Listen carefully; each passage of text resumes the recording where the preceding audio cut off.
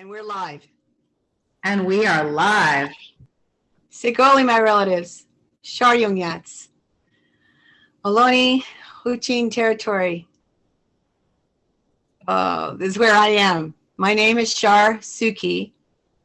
I'm the coordinator for this year's Indigenous 29th, Berkeley's 29th annual Indigenous Peoples Day Powwow.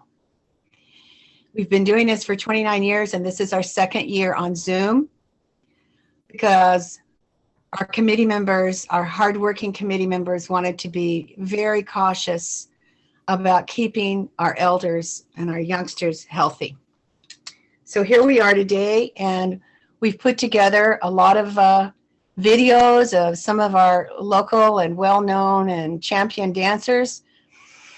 They're amateur videos we've taken at powwows and stuff like that, and we've had a real good time doing it, and we hope you enjoy it. Just like being at a powwow, the vendors would be open before the circle starts, and so we've included some of our artists and craftspeople. We've included some spoken word from one of our committee members. We've included something else, but I forgot. I didn't really fully introduce myself. My name is Shar Suki, and I am Onyotaka Oneida of the Haudenosaunee and Tsalagi Cherokee too. And I live here in Oakland, which is actually Huchin territory, the Ohlone people. And I gotta look at my list. I think that's all I have to say. Well, no, I just remembered. I want everybody to realize that this powwow started in 1992 by a very small group of Native activists and wonderful non-Native allies in Berkeley on the shore. And it was started because of Columbus Day. And before that occurred, there was a meeting of Indigenous people in Quito, and that's how this all got started. I thought I had the history of it here. If anybody wants to know more about the history, you can go to our site, ipd.org. It's important because 29 years ago, no one had heard of Indigenous Peoples Day. There was no such thing. We created it, they created it, claimed it, said we're going to have a celebration every year because we need to have an Indigenous Peoples Day and not Columbus Day.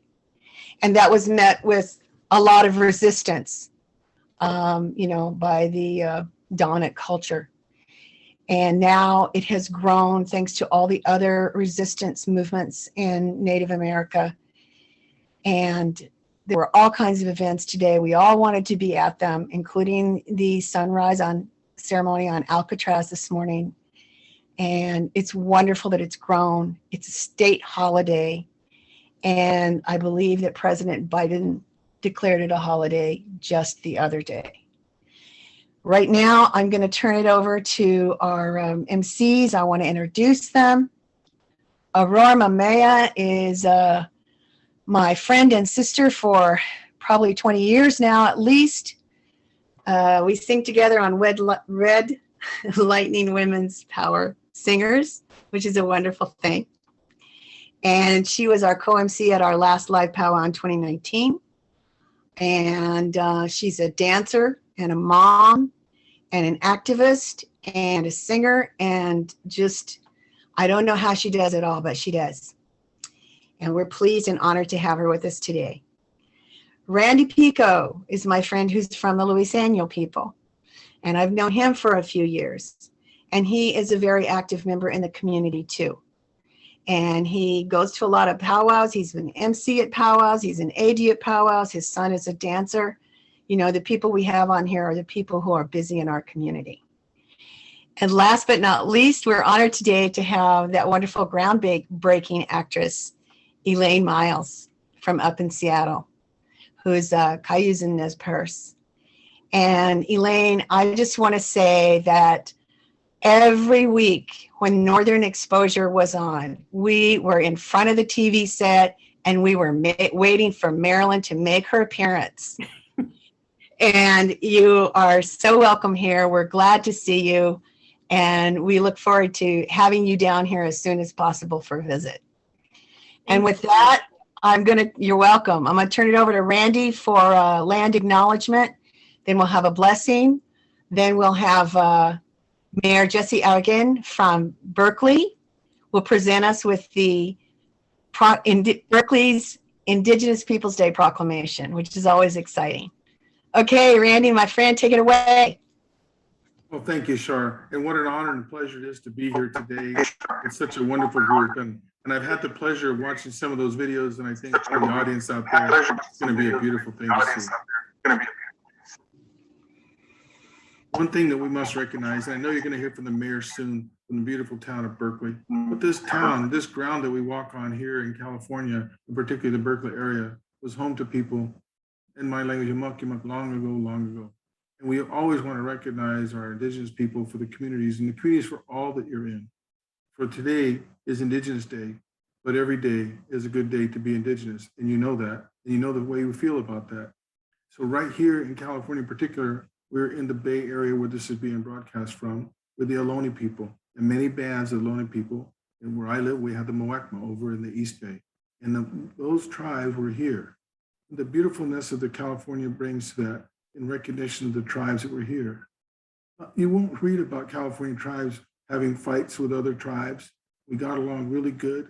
We had the beautiful bounty of the land here, and the Ohlone were just beautiful ambassadors of that land and stakeholders in owning it and keeping it in a beautiful way.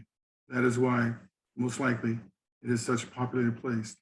And so here with the Ohlone we're at is one of the most diverse pieces of property in the whole United States.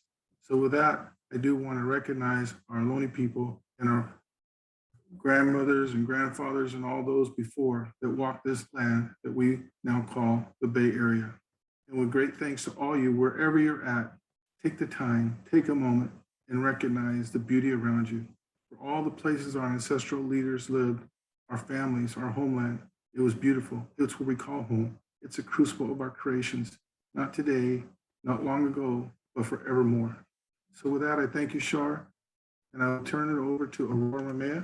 Oh, no, let me look on the schedule here. Yes, Aurora Maya for a blessing. Thank you with all kindness and recognition of our descendants of this land. Thank you.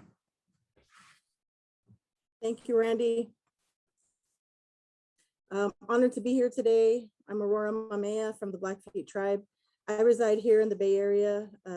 My family came out on Relocation Act in the 60s, and I was one of the firstborn granddaughters out here. I'm honored to be here today. Thank you. And I just want to open us up with a prayer today. I'll start off a little in my language. Oh, I'm sorry, I forgot to say in my language also as well. Oki, Nistu Nitanaku, Matominskiaki. My Indian name is First Singing Woman. And just want to say hello to my relatives. And so we'll open up with a prayer today. So want to bow your heads, and while you're at home today, you're welcome. I want to invite you to light your medicine as well. I'm so happy to have you here at the annual Indigenous Peoples Day, second annual virtual powwow. So I just want to offer a prayer up to Creator. So, Hayo Spamokanan, Hayo Ninan, Hayo Natusi, Hayo Gibadaki, Hayo Bita, Hayo Istabatapio, Spamokit, Nok Spamokit. Hayo Creator, Holy Ones, we call upon you to hear our prayers today. And we just come to you in a humble way, Creator. We're just so thankful to wake up today, Creator. Thank you for another breath of life, Creator. Thank you for our health. Thank you for all the many blessings that you bless us with, Creator. We just want to honor and acknowledge you today, Creator. And we just ask special blessings for everyone out there that's enjoying Indigenous Peoples Day. But for us, it's every day, Creator. And we pray that there'll be more awareness, Creator, and growth around these important topics, Creator, that we can heal. We continue to heal and grow, heal from past traumas, Creator. And we just pray special blessings for everybody on the panel today on Indigenous Peoples Day powwow, for the committee members that put time in into making it happen, Creator. We just ask special blessings for our MCs, our special guests, their families, their children, Creator. We pray special prayers for those out there that are sick, suffering from life-threatening illnesses. We pray for those suffering from grief and loss from the pandemic, Creator. And we just offer all our prayers up to you. We ask that you hear our silent prayers. And all these things we humbly ask you for all my relations. Oh, thank you. Oh, I forgot where we are.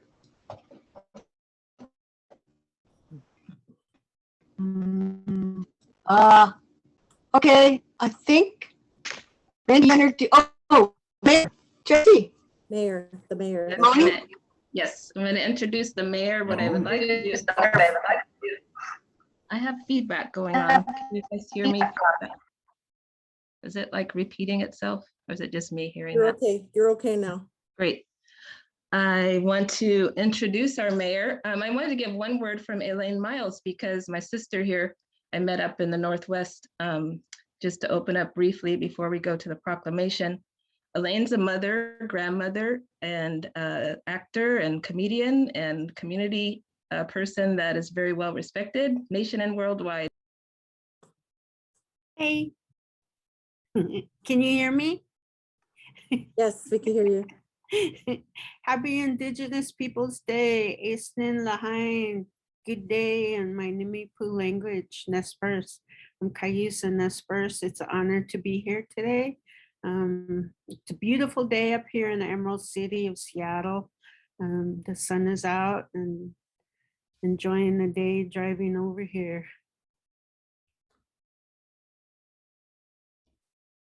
I can't hear you. I wanted to thank Jossie Ross, whose studio you're in over there, and his business and the work that he does in the community as a lawyer, artist, filmmaker, activist. And thank you for all your work. Yes, thank you for the studio, Jossie Ross. Keith, thank you for coming in to help me get set up. It's awesome. Thank your son. Thank you, Dusty, for getting my chunky butt over here. We're glad you made it. So thank you for being here today. And I can't wait till we can powwow, so I can come and dance with my granddaughter. I have a granddaughter. Yes, definitely. You're going to be a jingle dress dancer, fancy or traditional? I'm traditional.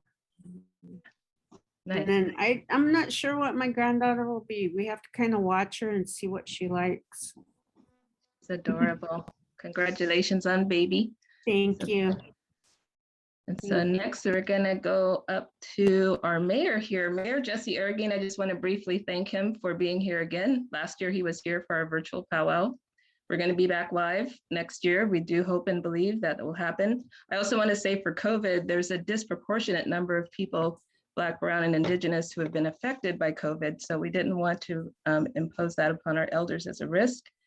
I don't know if Elaine wanted to share that later, but she herself has some things to say about COVID. Being a long hauler, a survivor of that, and it's a very difficult disease. And one of my best friends, she's Yakima, she passed away from COVID. And I had a niece from Yakima who died from COVID.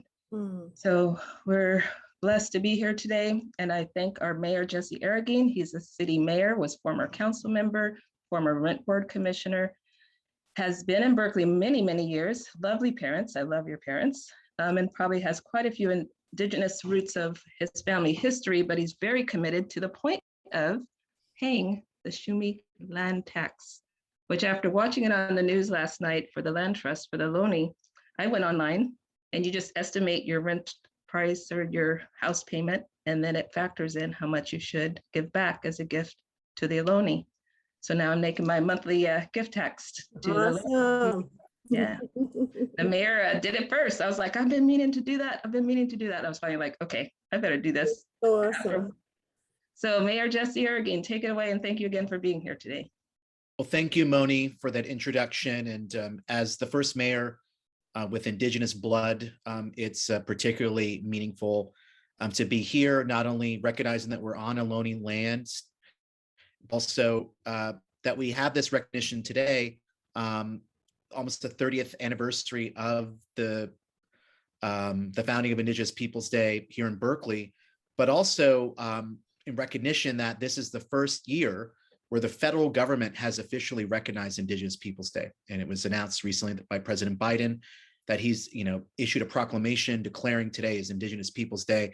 And that would not have happened if it wasn't for the work of Indigenous leaders and supporters here in Berkeley over 30 years ago. And the founding of Indigenous Peoples Day is not only in recognition of the role and the history of Indigenous peoples and the founding of this land and the contributions they still continue to make, not just here in the Bay Area, but throughout the world, but was also in response to the Columbus Quincentenary Jubilee, which was a ceremony that the federal government was promoting to recognize Columbus's quote unquote founding of the Americas. But rather than celebrating a historical figure who was responsible for genocide and cultural disruption and destruction, people in Berkeley and the Bay Area felt it was important to recognize the role and the history and contributions of our Indigenous people. And so Indigenous Peoples Day started here in Berkeley in 1992. This is the 29th celebration of Indigenous Peoples Day here in Berkeley. And this movement has spread across the country, now becoming a federal holiday. In Berkeley, we recognize and we support our local Indigenous community and Indigenous rights throughout the world. And just some examples of our efforts are not only recently, we actually changed the signs that on the entry points to our city, recognizing that we are on Ohlone territory. And that was a very small but important recognition that this land still is Ohlone land. In addition, we have led a valiant effort to protect our sacred West Berkeley shell mound, which is the site of one of the most intact shell mounds in the San Francisco Bay Area. And we believe it's critical that we respect and we continue to protect Indigenous land from destruction. We recognize that our Indigenous community was here and still is here. And so in that recognition, I'm happy to once again, on behalf of the city of Berkeley, declare October 11, 2021 as Indigenous Peoples Day.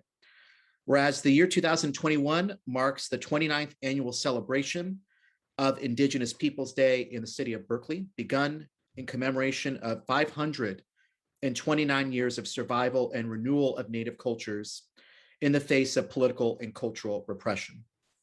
And whereas the Indigenous Peoples Day Committee, a community group of local Native people and supporters, have organized an annual celebration with an Indigenous Peoples Day powwow today, October 11th, this year held virtually due to the COVID-19 pandemic.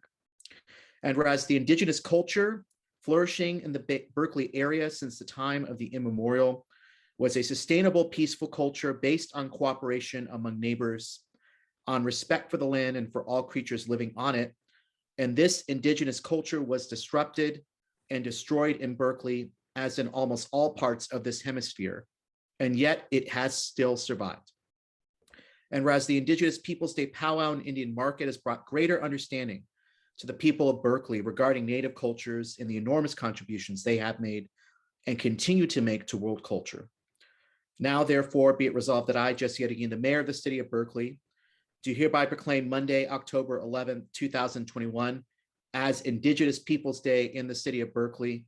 And we offer gratitude to Native people on behalf of the people of Berkeley, and in recognition of your care for this land, and in honor of your culture and philosophy, which are needed now more than ever if this planet is to survive. So thank you once again to the committee for all of your work in organizing today's event.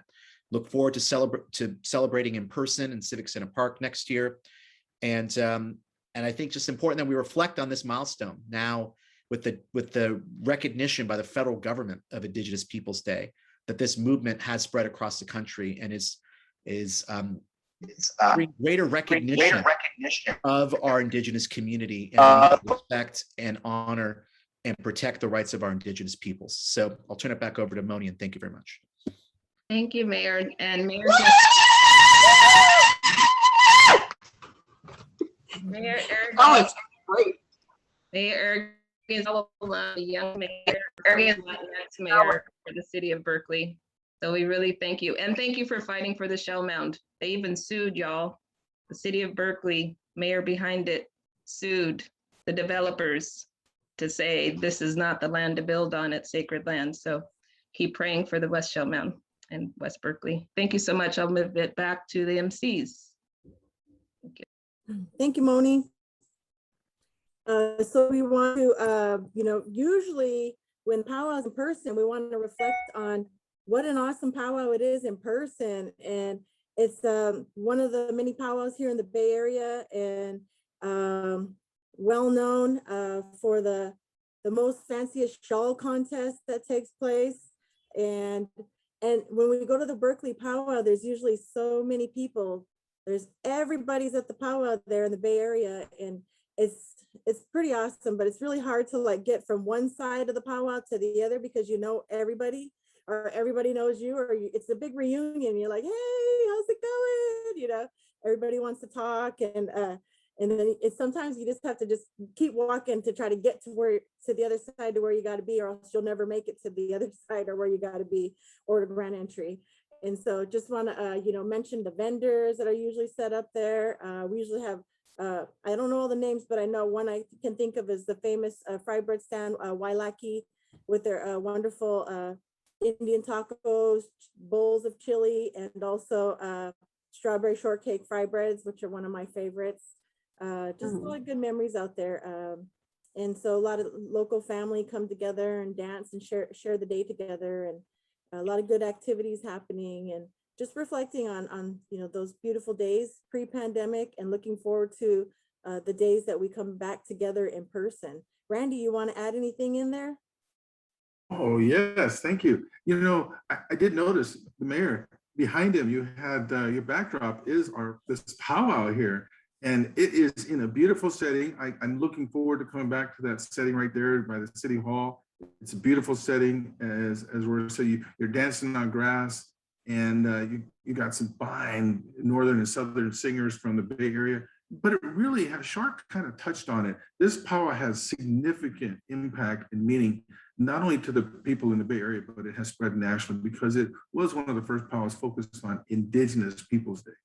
And it really has that origins there. And so many of the folks that come back in the committee and working on it, we have memories of folks. You come back to many powwows just to feel the goodness of seeing your friends and neighbors, but Indigenous people is like a homecoming for many of us. I know it is for me. Going back to Indigenous People Day as a homecoming, and it brings up the memories of our strong leaders, of people that spoke for others that couldn't hear their voices otherwise, and the strong leaders that came up. When you think of that, just the beauty of the powwow, it goes beyond the normal dancing of a contest powwow or a gathering. It really is. Elaine, I know that you haven't had a chance to be here, but you're a big time powwow, and I would share that if you haven't had a chance to come on in and experience some of this stuff. We've got great vendors over here. We got, like you said, good fry bread and all that, but it really is the spirit of speaking up for people's rights and knowing what the right thing is to do, and being a voice, because this powwow, you probably know, Elaine, has on Indigenous Day, Berkeley was one of the first places to recognize that, and it spread and it went for all the right reasons. You just know that. And for me, I'm old enough to know that when I was young, I was 8 years old before I could even, we could do these things legally. So I remember the days when this was like, no, and here we are. Elaine, let me just do this shout out for you. Elaine, looking good. Thank you very much, sir. Thank you. I know I can't wait for this pandemic stuff to be over with so I can see my powwow family. As many people know, I used to powwow before I became famous. We used to travel all over the country and powwow. My son grew up powwowing with his grandma, and I'd be working and my mom would call me, oh, I'm in Montana. And I was like, and you have my baby? And she's like, yep, I have him. We're heading to South Dakota, and they'd be in South Dakota, they'd be in Oklahoma, at a powwow. And I'm glad that my son was able to experience that, traveling from powwow to powwow. And he knows our powwow family, we're not blood family, but, they're our family that he grew up knowing, as uncle, auntie, grandma, grandpa, you know, and cousins, you know, that's just the Indian way, and that's how we were brought up. And I've always loved to like powwow in the Bay Area. You know, we used to go down there to San Francisco and powwow there. So, you know, it's fun and I miss it. I miss my powwow family. I used to go to Browning a lot too. Nice. Awesome. What do you think about the new show, Reservation Dogs? I love that show. My favorite is Willie. Is it Willie Jack? Oh, I love her. That's my girl. That one. I love that show. I can't wait for the new season to start. Yeah.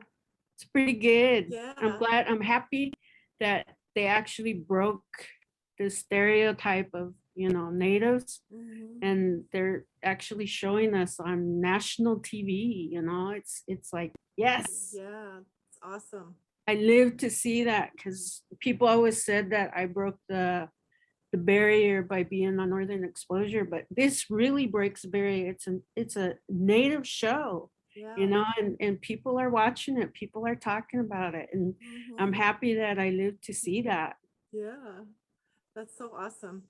Yeah. I didn't realize that I had already went through all the episodes, and I went back to go try to watch it again, and I was sad that there was no more episodes. I know. I was like, and that my son liked it with the deer woman. He's like, dang, mom, they even had deer woman on there.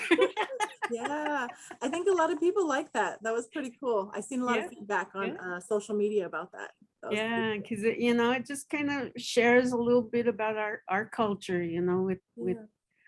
you know, the TV, with the people out there in TV land. They're learning a little bit more about us. We're not extinct, you know, we're really here, and this proves it. This day proves it. Indigenous Peoples Day proves it. We're still here. That's right. Awesome. Yeah. Thank you, Elaine. Thank you. Thank you for having me. It's fun to be here. Yeah, it's good to be here with you and Randy. Randy. You know, Yeah, Aurora, thank you. Dee. oh, you know, Aurora, Elaine, you know what's powerful? When you did that show, all Indigenous people feel prouder because you knew you're Indigenous. But here's the old tough guy getting emotional. But you knew it. You knew it. And we felt good and proud. When you see the mayor step out here and he tells you, I'm Indigenous, and he's the first, you feel good, you feel proud. I mean, it is that responsibility that both of you have and will forever have as your new birthright. But it made us all stand a little prouder, right? Right. And when you do it in a good way and carry that on in a good way, traditionally and good, it's all good to see you at the powwow next to us dancing. Aurora over here is a beautiful singer, and she's out in the community. She's helping the community. So I thank you all for being there for all that, and all you organizers for this event. Aurora, thank you again. Thank you, Randy. Just have to add one funny thing, because Elaine came up for the San Francisco American Indian Film Festival a few years ago, and she and I went to the after party and we're dancing with, what's his name, that one actor? He's so handsome. Anyway, we just had a really good. Michael Spears. Yes. Whoo. We had a crazy time. We were like driving our car backwards through, you know, downtown San Francisco. And we were singing because my favorite song came on, and I go, crank it up. So she cranked it up, and we were dancing. People were watching us. It's like, hey, enjoy the music, you know? Awesome. That was fun. Really fun. Right. Okay, all right. We're gonna get ready and move into a video. Is that right, Randy? Yes, we have for all you out there, we have some beautiful videos. And the first two videos really kind of, for me, set the tone for what is just beautiful about being Indigenous. When you think of Indigenous Day, we you know, I'm from a California reservation down in Southern California. And I should introduce Nessie. I introduce myself in my language, my clan. But you know, Indigenous goes beyond, well, some of us think of American Indians or Canadian Indians. It's Indigenous. It's all the peoples of the North Americas and the Americas here. And what you're going to see coming up is a beautiful example of how Native women can work together in a co-op form and in building something. But when you look at the regalia that they're making, the things they're making, you see the beauty of Indigenous people. One thing I always like to think about when I think of Indigenous, it's The Americas had cultures that had the time to make things beautiful. You go to Europe and someplace, and if you weren't rich, you didn't have nothing nice hanging in your place, right? But here, everything we made, the way we wanted to look, our shoes, our bed was weaved and it was made to look beautiful. It was, all our cultures had that. And when you see the cultures and the beauty that you're going to see here in the videos, it's spectacular. It's spectacular. And the beauty of a strong woman. Oh my goodness. I can't wait to see these videos again.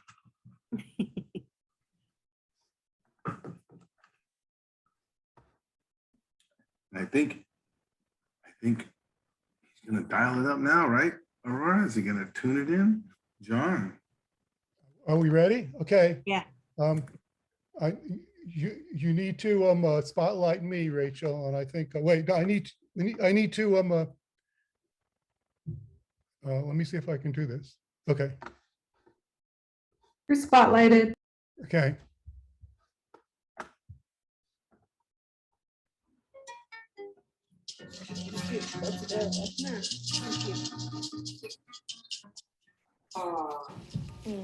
Așa nu baci ca discol de asta me, ați să acolo vezi eticheta și nu baci. Nu, și nu. Mati asta dar nu ești care nu e cum să facă con discol, da? Ha? Șcap, dar uite șcap, uite, ale șcap, uite da. Hai, mai dă-ne, nu?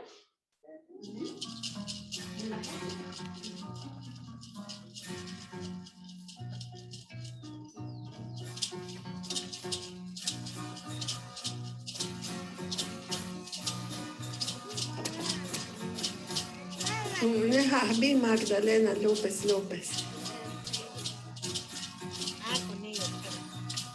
Schon wenn ich Papa da calle Real Schaldik schon mit da San Cristóbal da calle Real schon mit ya le li con Schaldik. Se llama Magdalena López López. Nos contó pues cómo aprendió a tejer también ella. Empezó a organizar el Holom Mayetic desde el 96, pues ahí está trabajando con nosotras ahorita, pues ella la representante también aquí en este grupo. Y le gusta mucho trabajar ahí en la cooperativa.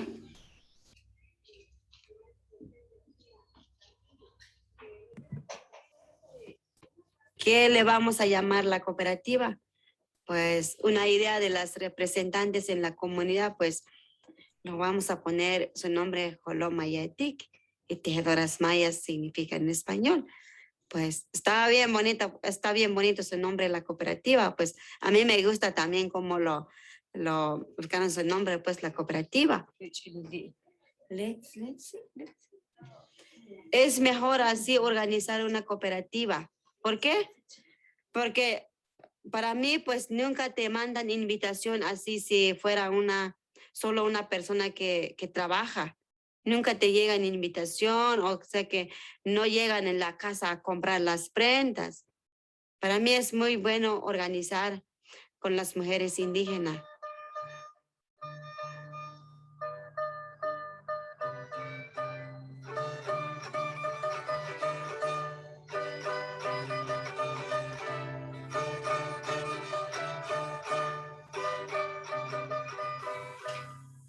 Todavía pues que hay unos pues los hombres o la papá y la mamá también pues no dejan participar sus hijas.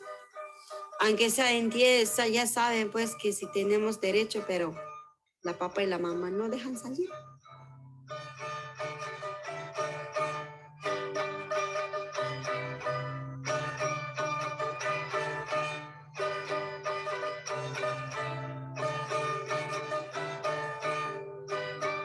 Hay muchas mujeres que no saben cómo era el derecho de la mujer. Pues yo me di cuenta pues que tenemos derecho, pues que podemos participar, pues donde sea, pues. Sabemos bien, pues el gobierno aquí en México, pues que te trata mal, aunque sea dice, pues, la quiero mucho, pues los pobres indígenas lo apoyo, pero para mí no es un apoyo para mí. Te dan algo, pero para mí no es un apoyo para mí. Solo para tapar tu ojo, pues, para que no puedes hablar mal de él, para que gane, sigue ganando pues los partidos, pues. Yo para mí, pues yo veo que los partidos, todo, pues que hay muchos partidos ya, pues son igual ya. Yo para mí son igual, pues nunca se cambia. Solo los nombres que cambian, pues los partidos, para mí son igual. Si te dice, sí, te voy a apoyar, pues. Si votaste por mí, pues, pues no era cierto para mí. Para mí no. No. Lo que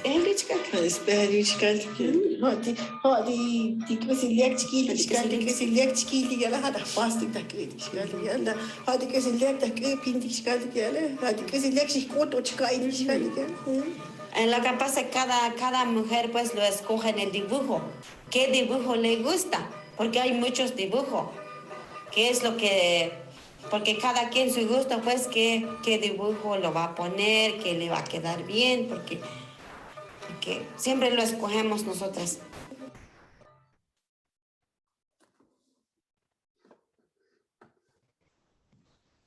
Hi, everybody. We didn't give much explanation before we started that. Am I on? I think so. Okay. You are. That was all in Spanish and the original language of the Zotli women who were the ones speaking in that little short documentary. They're a collective of weavers. And we had our committee member, Serama Bajo, give us a rough translation of the Spanish portion. I thought it was important. We thought it was important to feature the women who do the work. We have great artists and vendors that at our powwow, and we want to see the people who do the work. And those are the women that do the work of the beautiful huipiles. There's a follow-up to this in English. But among the things that these women discussed was how important it was that the cooperative was created and that every woman has a right to participate and that every woman has a right to, direct their future and what they do with their efforts and how it comes back to them and community. And they also expressed some disappointment. They said they did face challenges and opposition from male members in their community when they started, and they fought for it and they were persistent, and that's how they came to have this cooperative. And finally they said that they were, as is not unusual in the indigenous worlds, that they were disappointed in how they were treated by government, that they felt that sometimes government, and this is located down in southern Mexico. They were disappointed because the government, likes to say we support our indigenous people, but then the follow through isn't always there. But obviously they have beautiful faces, beautiful spirits, beautiful voices, and they deserve to be heard. The next video you will see is by their local representative, Charlene Woodcock, where she's showing us some of the textiles. Charlene brought their products to our powwow, our last live powwow in 2019. And we're hoping that she will bring those same products to our powwow in 2022. So please queue up the one called Empowering Threads. Thanks.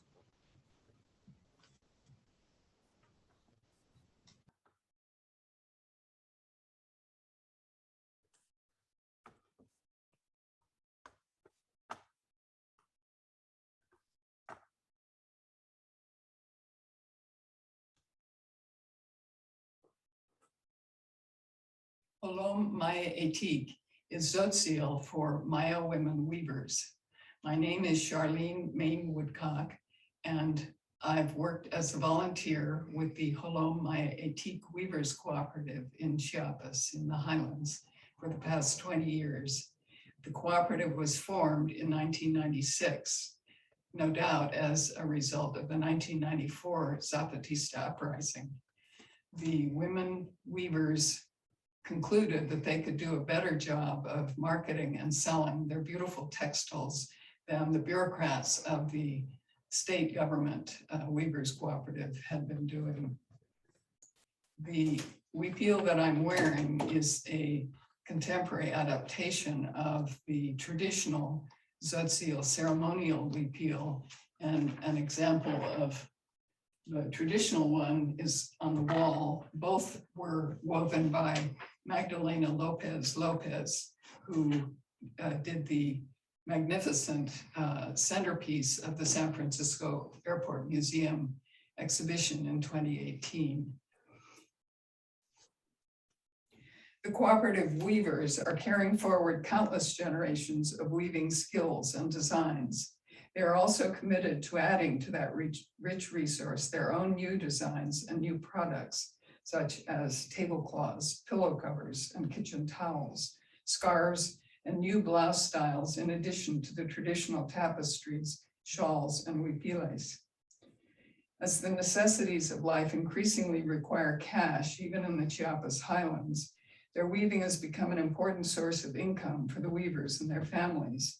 The painstaking skill and the symbols and designs they've learned from their mothers and grandmothers, generation after generation, are also a source of pride. Social media have facilitated this theft of cultural resources, a subject that greatly concerns the cooperative. They hosted a conference in 2019 that drew participant craftspeople from several Mexican states, as well as Ecuador, Peru, and Guatemala. They urged the Mexican government and Human Rights Commission to protect their cultural heritage from theft and exploitation by both individual designers and the textile industries of China and India. An important part of their commitment as a cooperative is to use only natural fibers, cotton and wool, no synthetic threads, and to maintain the highest standards.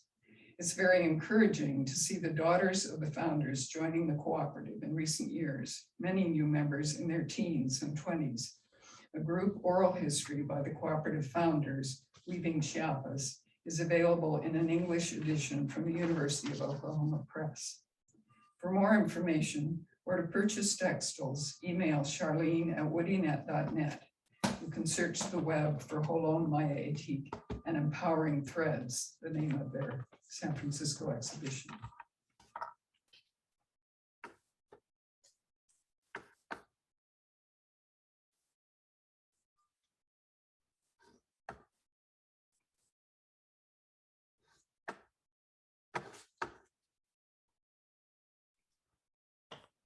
All right. Thank you for that beautiful video. I believe Randy wanted to share a few words about that video. Is that right, Randy? Well, I think, you know, Shar gave a wonderful, on the first video. In the second video, it just reinforces for me just the beauty of that. And I kind of mentioned it before, but when you look at the beauty of those are artists and artisans that are doing that, you know, and it's beautiful, and working together as a group and bringing it to the United States for us to have that opportunity here to see those who witness it and purchase it. And this time I actually picked up on the fact that there was a display in the airport. I think that's phenomenal, but it really shares to the beauty of, again, I go back to our indigenous people making beautiful things to wear, to be in their homes, to be in their life. And that to me is really indicative of what I would call an advanced culture, an advanced civilization. When you have time to make things beautiful and show that and recognizing your surroundings, I'm always touched with that. And really, we see that in the regalia that you'll see in the dancers coming up, just the beautiful artists and artisans and the traditional men of what the meaning is behind all that. Now, Aurora, I know you have, together we talked about this, and you see the strengths of women and what they're doing together collectively in those voices. And yes. I think that's beautiful for you to share that with the audience. Yeah, I thought it was really beautiful, just speaking about the women, how they come together and, you know, create these beautiful pieces of material. And I heard that some of their dyes that they use are from, you know, of course, from the earth, but the cactus fruits, you know, those real pretty fuchsia pink ones. And they use that to dye their materials. If you notice, a lot of their clothing has the same color. And I really love their embroidered items, as well as, you know, I love the embroidered flowers. You know, those are very popular amongst us in Indian country. And then also just want to acknowledge, you know, that imaginary border down there. And thankful that we were able to honor our relatives south of the border. And what it brought to mind for me was, it reminds me of what we call protective factors and the work that we do at the Native American Health Center and with GONA, Gathering of Native Americans curriculum, is, we're helping our people to heal from trauma through decolonizing and creating spaces of belonging and inclusiveness, and the same part of the brain that holds trauma, that's the same part of the brain that we can heal through love. And so when we create spaces of belonging and inclusiveness, we're creating healing for our communities. And so I think that's so awesome. I had watched another video with the Pacific Islander community, how the women come together and they make their mats, and they take pieces of wood bark, and there's about maybe 10 different families of women in different areas that they take the tan bark, and then they pound it at home. And then they bring all these mini pieces of tan bark, pounded tan bark. It looks like paper. And then they all gather together, and then they all glue it together to make one big mat. And they use from the trees and the earth dyes to make designs on it. And what was taught there is there's like parenting skills, there's grandmas, there's aunties, there's babies, and parents are taught how to talk to their children in a good way, and their languages are relearned again. And that's what, a lot that's been happening in Indian countries, relearning our languages and revitalizing our culture, and just keeping it going strong. And that's our way of decolonizing. Beautiful. Elaine, I've been up North Country and I've seen women get together. Not that I was able to help them much, but get together and make things like wedding dresses, and get together and make outfits together. And it's you can tell it's just a time of gathering and talking and sharing stories. And so, wherever we're at, would you agree? Wherever we're at in this country, you see beauty in what the regalias are for the local folks, right? It's just beautiful. Yes. I know my mom and I used to be together. It was kind of fun. I miss my mom because she's one. My mom was well known for her beadwork, her teepee making, or her corn husk weaving. And as a little girl, I used to sit and watch her and my grandma weave with corn husk. And then one day when my older sister, she left for college, and I was home alone with my mom. And so I went in my room and grabbed some string and started weaving. Just by watching my mom, I learned how to weave, and I brought it out to my mom, and she's like, "Where'd you get that?" And I go, "I made it." And she laughed at me because she's like, "You watch me really hard." And I go, "Yeah," because my mom was always one, she would tell you, "Watch me, I'm going to show you once," and you watch, and then you go from there. And so it was all like a watching and learning thing growing up with my mom and my grandma. And I still weave and I still bead, but only, mainly just for my son, and going to be for my granddaughter now. So, yeah, I miss that, sewing and beading together, weaving together. Well, thank you for those words. Aurora, what do you think? It's time to get to some powwow dancing? Yeah. I just want to say really quick, it reminds me of our good friend and sister out here, Najoni Ellenwood, who's also Nimipu, and she has been revitalizing that too.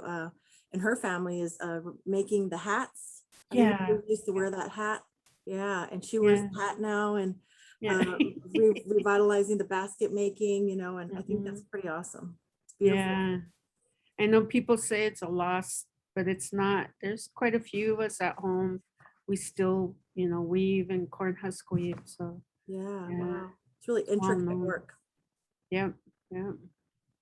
Well, let's cue up some dancing Southern style with I Darren love Henson. Southern. I love Southern straight. So you're going to see some straight out Darren Henson Katua Cherokee dancing. He's looking good. And when you see him, he's dancing at the Intertribal Friendship House in Oakland. It's been there since 1955. And Darren's going to do two dances. The first one is a trot. And he's got his beautiful, finest Oklahoma tuxedo on. Watch him dance here. And behind him is singing the Intertribal Friendship House drum led by Manny Lewis. Let's see this. Get it up full screen. There it goes there. Trot style.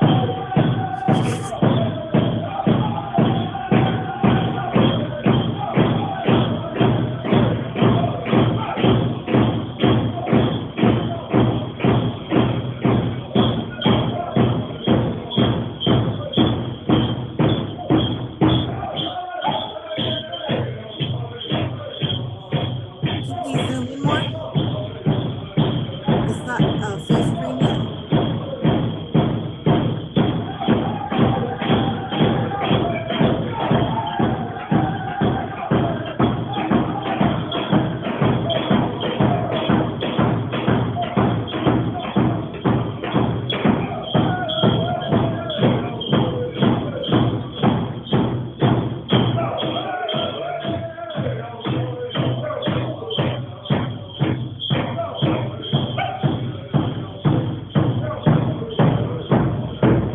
Southern Trot, where all those grass dancers, I know you want to dance to that too. You're out there watching.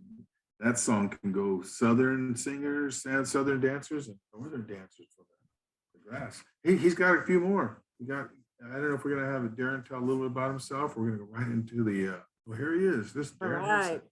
Beautiful outfit. Yes, beautiful outfit. O senhor, tô rede, Darren Henson da do it till aqui, from Tahlequah, Oklahoma. Hello, how's everybody doing? My name is Darren Henson. I'm United Kituah Band of Cherokee Indians of Oklahoma. Here with Shar, we're at the Intertribal Friendship House, which is a good place to be.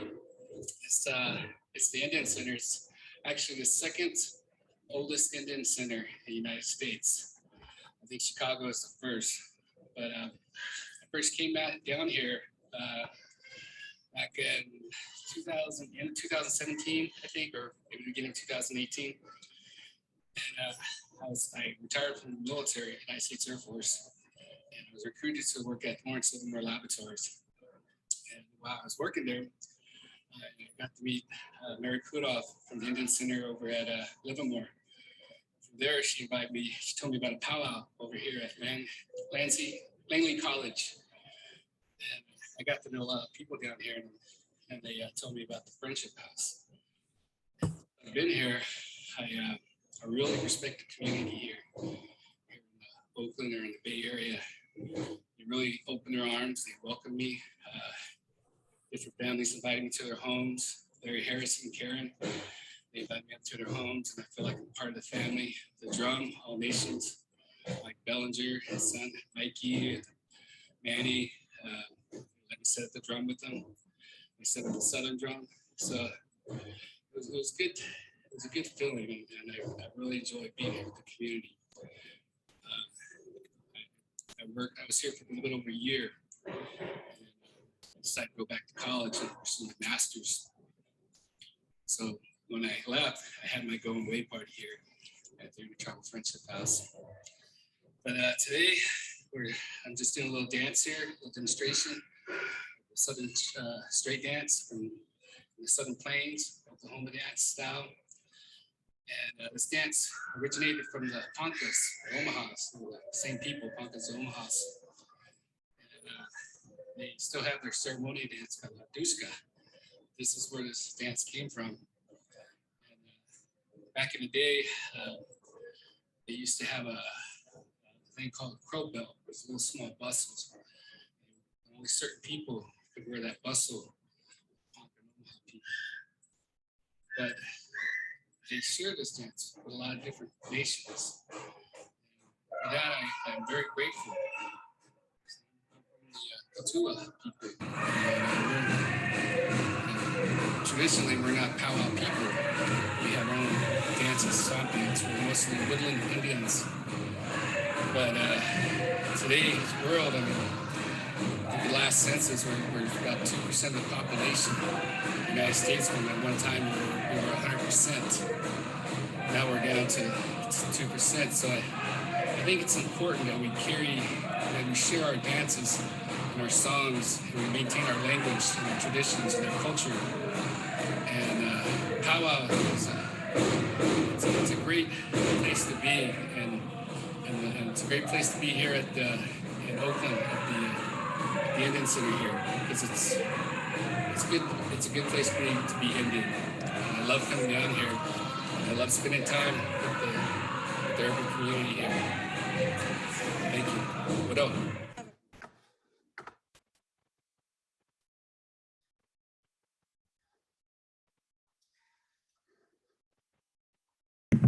think we're gonna see a little Southern straight right now from Darren.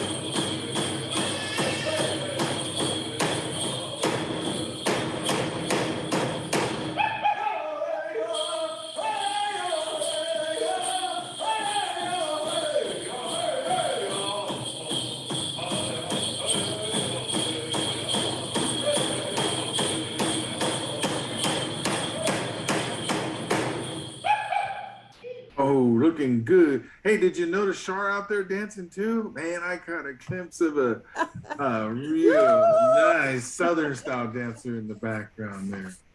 Southern. Hey, thank you very much, Lisa Dotson Young, for that video.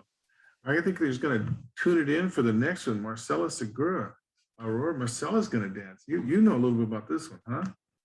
Oh yeah, Marcella, she's a women's Southern style cloth dancer, and she comes from a well-known family who does a lot of beautiful San Carlos Apache, Dene Navajo work. And I know you know a little more about that, Randy. And just, we just want to appreciate, the women's style of dance and right there, Eileen, look.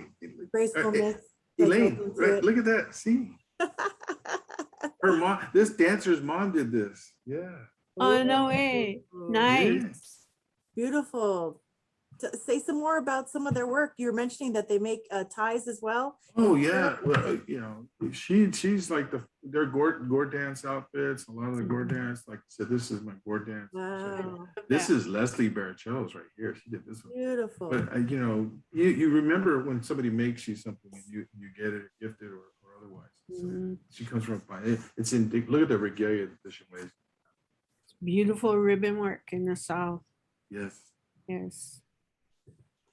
I love Hey, I'm interrupting. Yes. Well, you guys, you mentioned Leslie Baracello, and she's probably watching right now from over in Berkeley. And I want to say that one of our committee members, Gino Baracello, and the longtime coordinator of this powwow, he and his sister Leslie are the children, the offspring of Millie Ketchishano, the Creek woman who, with Lee Sprague and Dennis Jennings and John Carl and Nancy and Mark Gorell were the folks who gathered together originally at dawn on the shore in Berkeley for the first celebration, wanting to bring Indigenous Peoples Day together. So when you mention Leslie, and I'm the grateful owner of a beautiful drum bag of hers and a variety of things. She is the most magnificent fabric artist. She goes to Santa Fe Indian Market every year. And her brother Gino's done a great job of carrying this this powwow tradition here for a long time, and he's an educator as well. And you know, it just reminds me that this is generational. And you know, Americans, we're such a transient. This country is such a we move from place to place, and sometimes it's these kind of things like the powwows or even annual conferences or even annual softball tournaments that keep us knowing each other generation after generation after generation.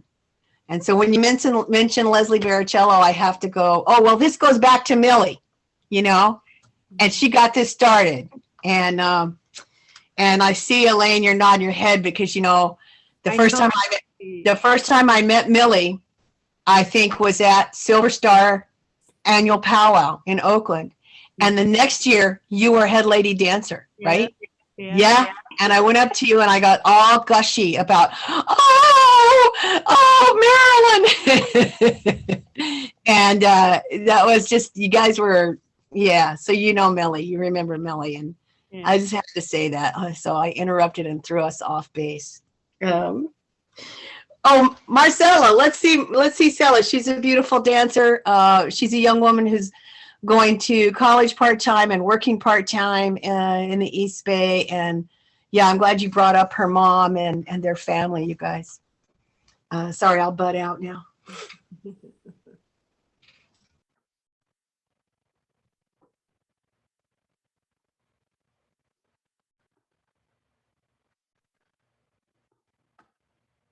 Big. She's in the blue. This was at the Yuba City powwow this past summer. My first outdoor powwow in a year and a half, and it was a beautiful day. Good luck. Good luck.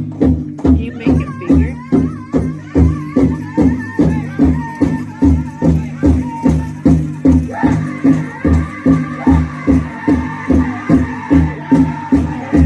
Stand by, women. Jingle and fancy.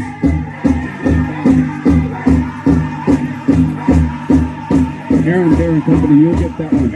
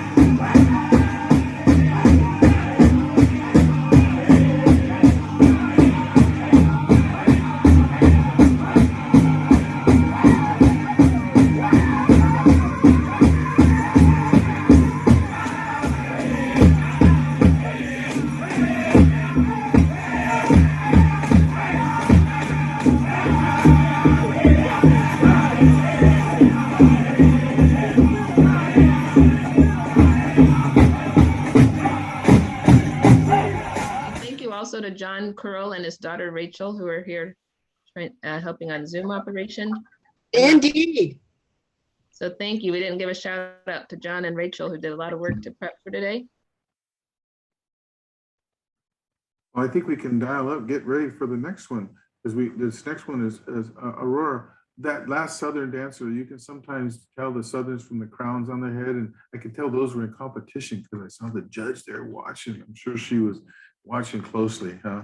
But later we're going to see Teresa Littleberg with sort of Northern style coming up here in a little bit. But first, I think Aurora, what we got? We got this. We got a local bead worker. Some of the getting into some of what you'd see here at this event, right? From a booth standpoint.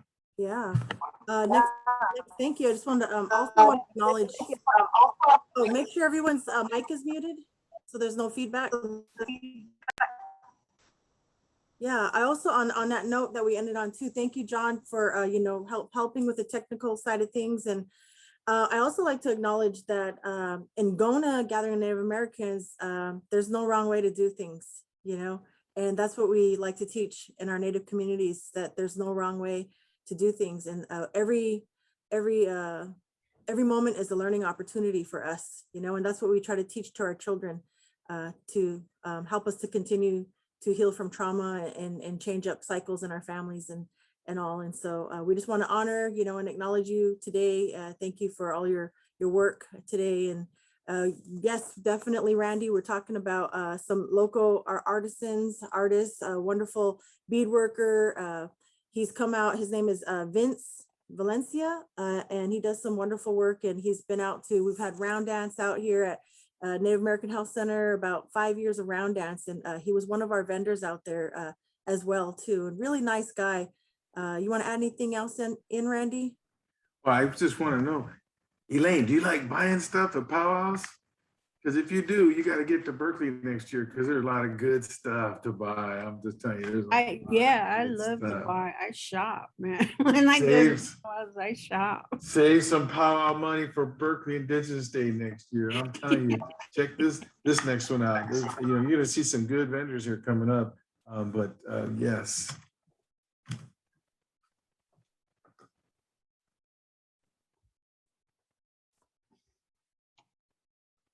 Beautiful. Stand by Iron Mountain. Vince, what's your last name? Valencia. And where are you from? San Jose. And what tribes are you? Kern River, Tubatalabo. Say it again. Kern River, Tubatalabo. Tubatalabo. Where are they from? What's your land? East of Bakersfield.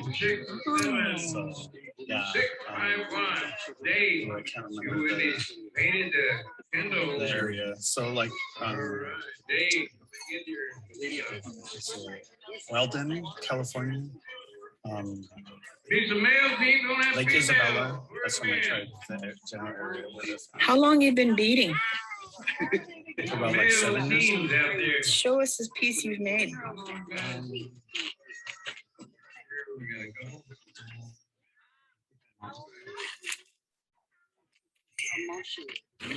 Tell us something about this knife. So the stem is antler, and then the shard is water buffalo. And so what I do is I wrap it with leather deer hide, and I do the bead work over it. And the bead pattern or the bead technique is a 3-drop gourd stitch. So I do this kind of art, and also so you see the smudge feathers. These are also beaded by me, all wrapped with deer hide leather. And now some folks might think that's a real eagle feather. No, so feathers like these, when they're a little stiff like this, because they're imitation, they're hand airbrushed turkey feathers. Yeah, we're not supposed to sell them. Yeah. Say that again. We're not supposed to sell them. Eagle feathers. Yeah, the eagle feathers. Yeah. And the other ones I know, but they're turkey. These are turkey feathers. Yes. And you've used kind of California native colors on those beadwork because the California natives wear lots of turkey feathers. Yeah, turkey feathers and the oranges, blacks, simple colors. You'll find more California patterns, and then or you'll see more elaborate designs or multicolored beadworks, kind of like plain style Native American color palettes.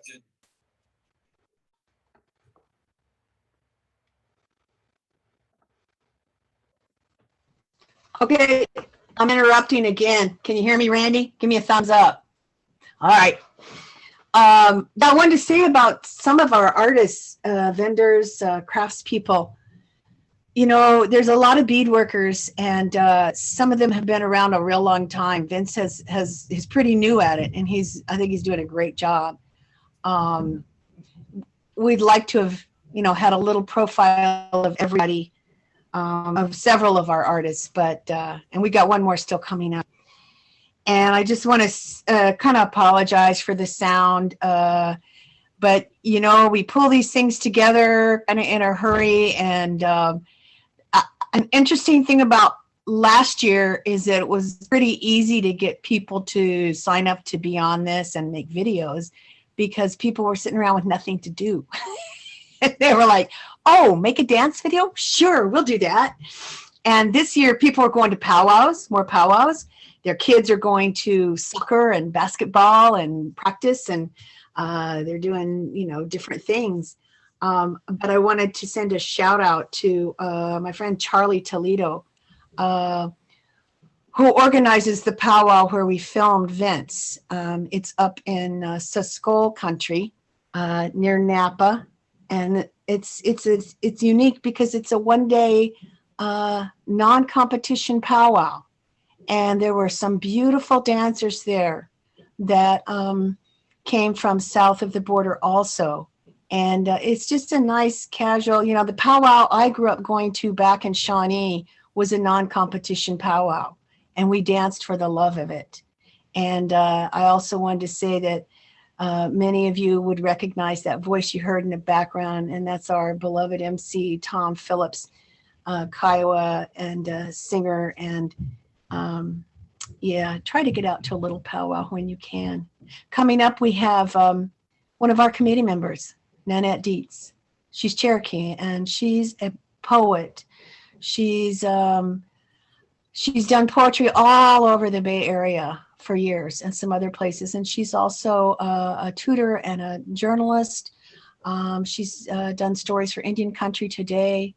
And she wanted to offer a piece of her work today to this video. And what I appreciate about it is it reminded me that how our beautiful dances started was by watching the grasses and the animals and the skies. So this is Nanette Dietz, who's next. Take it away, John.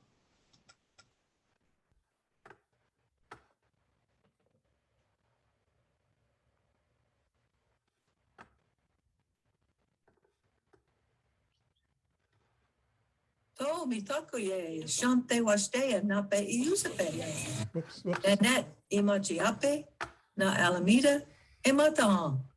I just said, hello, my relatives. I greet you with a warm heart and tell you my name and say, welcome. I'm a poet, and my name is Nanette Dietz, and I've written many poems that have been published in numerous anthologies. I'm also a freelance journalist and a musician and a tutor. This poem I'm going to read is called Crow Dance. And this one I wrote in order to help myself and other people learn to speak Cherokee. So I say, Osio, Dagodo, Nanette, Alameda, Chinsila. Hello, my name is Nanette, and I live in Alameda. Crow Dance. Black crow sits on a pine tree, white clouds against an azure sky. North wind whispers her secrets as crow listens from the top of the earth. We watch each other from different galaxies, circles intersecting circles as the waters of the San Francisco Bay flow around us. Crow begins his dance as squirrel appears from behind the pine tree. Butterfly and dragonfly watch as our circles intersect from one moment under a pine tree by the bay, dancing from the top of the earth. Thank you. All right. Thank you. Thank you, Nanette. I met Nanette years ago. I want to say it was around 90, maybe around 96. And she was playing in a band over in Marin. And she had asked me to come and with my jingle dress and to dance while she was playing in her band. That was pretty cool. That's how we first met. And we also, I think we might even, yeah, we did a couple other acts together like that. And so Nanette's, you know, I really like how she's a writer, you know, for Indian country, and she's able to, you know, get some stories back out there into the community. Would you like to add anything else, Randy, Elaine? I enjoyed it. It was nice. I'd like to have seen her do her poetry or her band and see you dance. That's kind of cool when they incorporate that with it. Yeah. I think she's been a dancer too, wasn't she, Aurora? She did trained dancer and was dancing a group out of UCLA. Oh my gosh, you know what? I got an interesting fact about Nanette. She was actually in that movie, Carrie, back in the day too. She was one of those girls out in the football field that were working out during lunch hour. Isn't that cool? The scary movie, Carrie? Yeah. That's what oh. Yeah, the classic movie, Carrie. That was pretty cool. Yeah. So what's up next? I think we have coming up next is the beautiful, I mean, it's in the beautiful setting up our Mount Diablo Mountain, Aurora. It's Nathan Little Owl. He's Pomo in Northern Cheyenne. He's dancing at the Mount Diablo foothills. And in the background is to a Red Bull singer out of Saskatchewan, Canada. So here, he's gonna dial it up, get it up there. Nathan Little Owl. Hacha. Oh.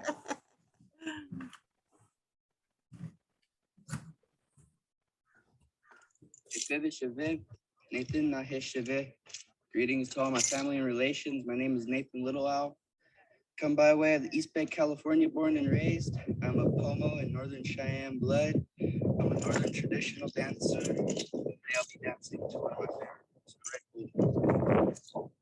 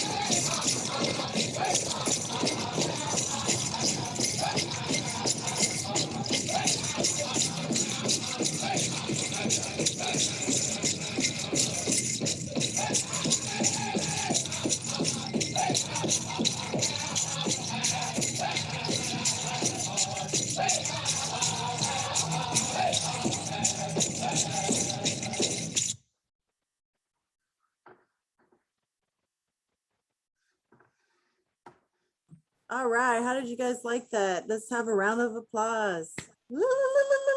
Hey, That was pretty awesome. Good dancing, really good dancing. I I love, hear, yeah, go ahead. I'm sorry, Elaine. I love Red Bull. Oh yeah, me too. Good round dance song.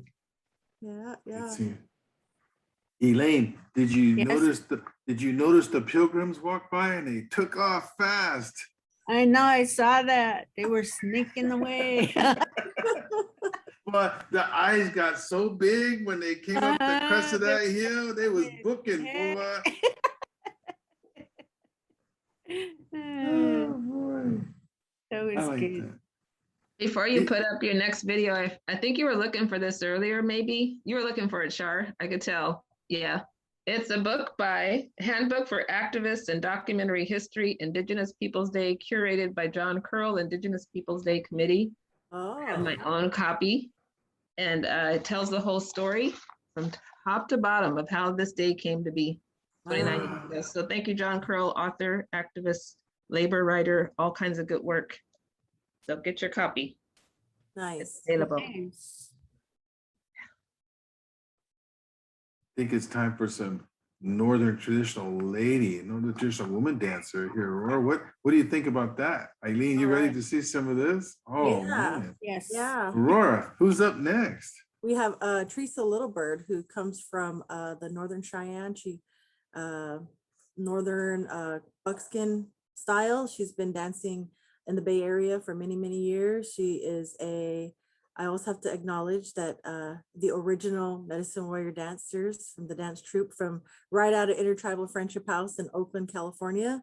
Over 20 years ago, we started a powwow dance class there.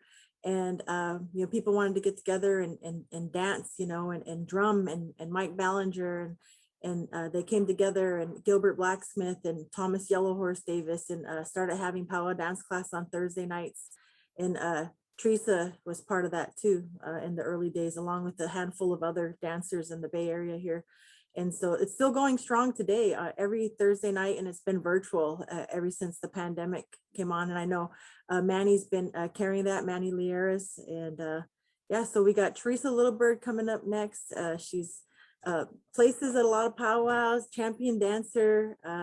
One time I got so excited that I won first and I beat her. Hey. I got so excited that I was back in my car. I remember that. I announced it and handed you the check or the cash. Hey. Hey, I got so excited. I was backing my car up after the powwow and I hit the pole. Hey. Oh, that's always bad. Prize money out to the driver who you hit. Yeah, no, we have some good times dancing out here. It's usually there's a handful of us Northern traditional dancers out here too that dance together, and good times. So looking forward to seeing her dance. Very good dancer. Good. Nice person. To get her up already so we can see her. And Elaine, you're gonna see later another one of the Medicine Warrior dancers coming up when Lakota dances, and she's a beautiful dancer as well. Okay. Hello, I am Teresa Littlebird. I'm Northern Cheyenne, and the Berkeley powwow has been one of my favorite powwows to attend for years. So I'm really grateful to be a part of this. I hope everybody has a good time, and I'm hoping that we can meet up again in person next year.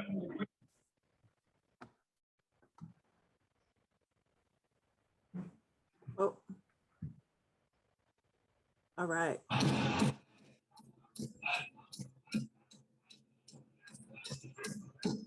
She's in the middle there with the yellow buckskin, the gold buckskin. She beaded that herself, and also her former outfit as well, with roses on it, white background.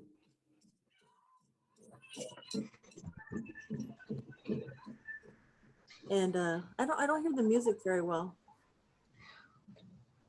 Well, I can tell you that it's at the India powwow, and that I used to be amazed when I would see her working on that rose outfit, doing the beadwork on Wednesday at dance practice. Yeah. Sorry about that. Yeah. So if you notice, the northern style dancers, the way their buckskin snaps, you know, they're often judged off the way their fringe on their shawl sways, you know, or the way the buckskin snaps. And every dancer has their own style. Some are more smooth, you know, some are more, a little more energy into it.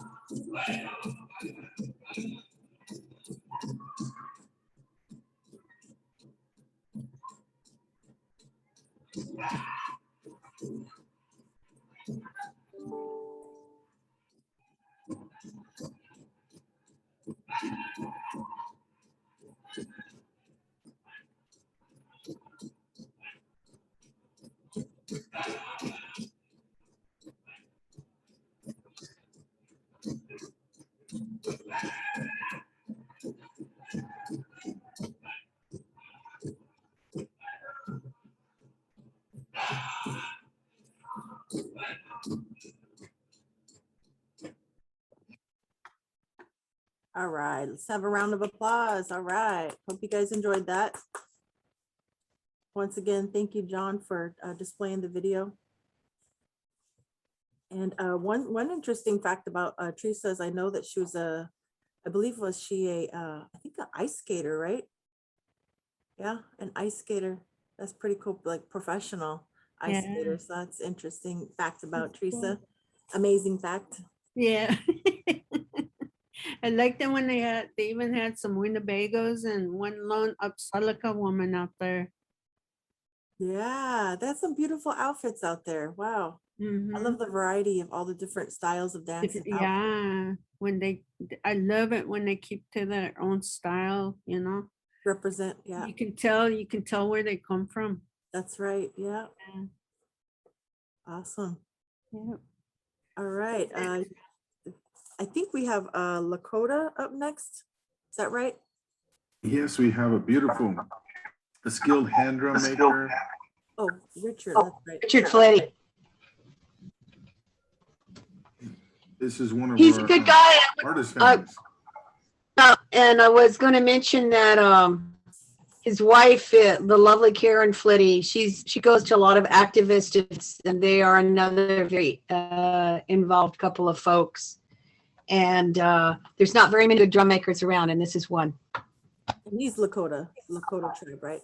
Oglala. Yeah. Oglala. No, I'm not sure about that.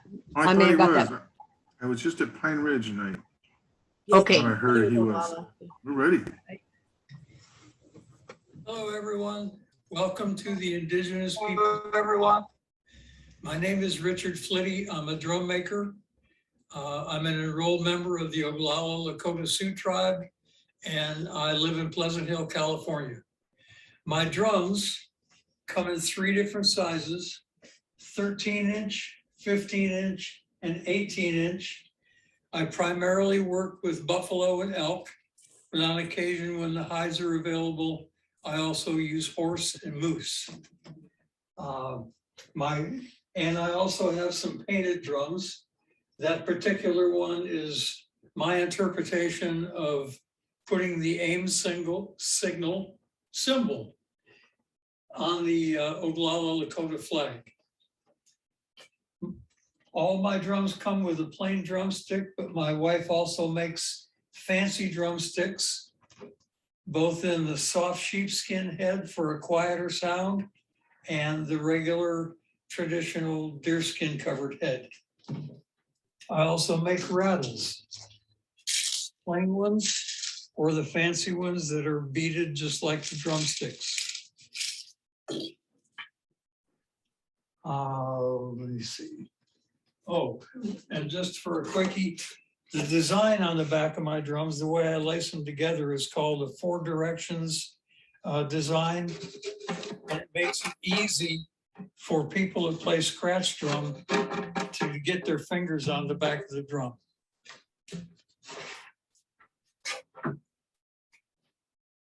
My wife makes drum bags to go along with all 3 different sizes of my drums. They're made from Pendleton wool, come in a variety of colors and designs. These are all the 13-inch ones. The ones, no, those are the 15, sorry. These over here are the 13s.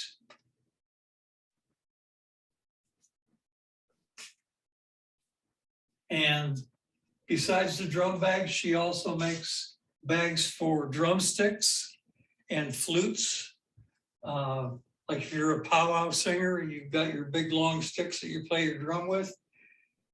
A bag can hold probably about 10 sticks. And they come in a variety of sizes, all the way down to little ones that can be used for hand game sticks or small flutes. And the price range on those is about $20 to $45 or $50, depending on the size, whether you want a strap on it or not.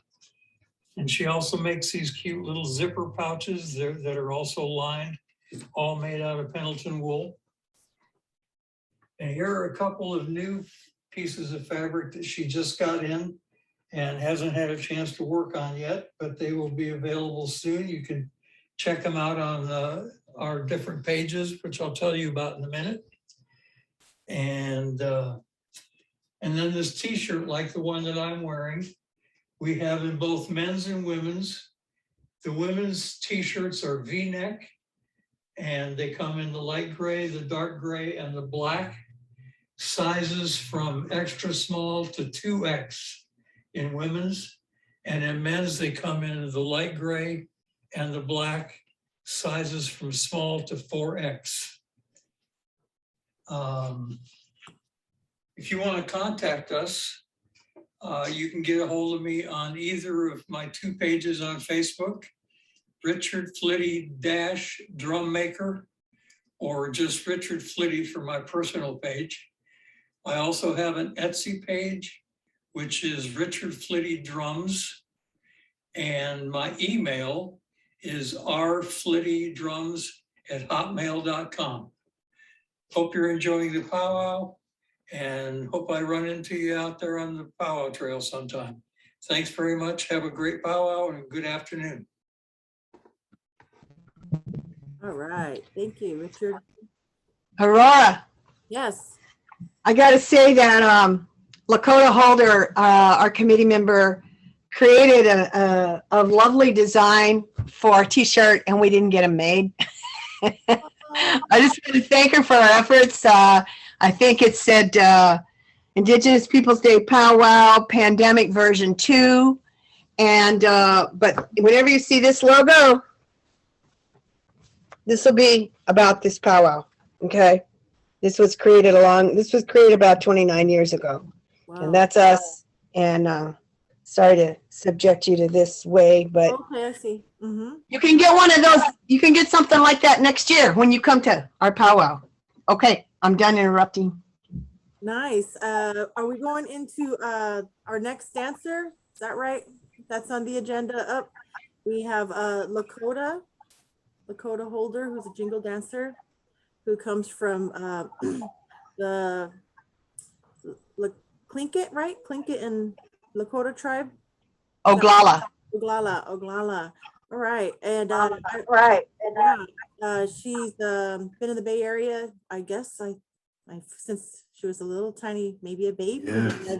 I've known her since she was a little girl, and seen her dancing out there and at Intertribal Friendship House every Thursday night, dancing and with also one of the original Medicine Warrior dancers from back in the day that started out at Intertribal Friendship House. And just want to say I'm so proud of her.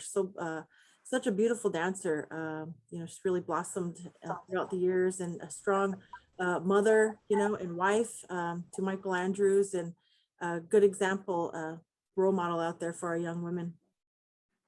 Oh, we want to Elaine, with Aurora, as this video is coming up, we'll tell you a couple of things that Her husband, Michael Andrews, is a Grammy Award-winning singer. He sings on drums. He's a great singer.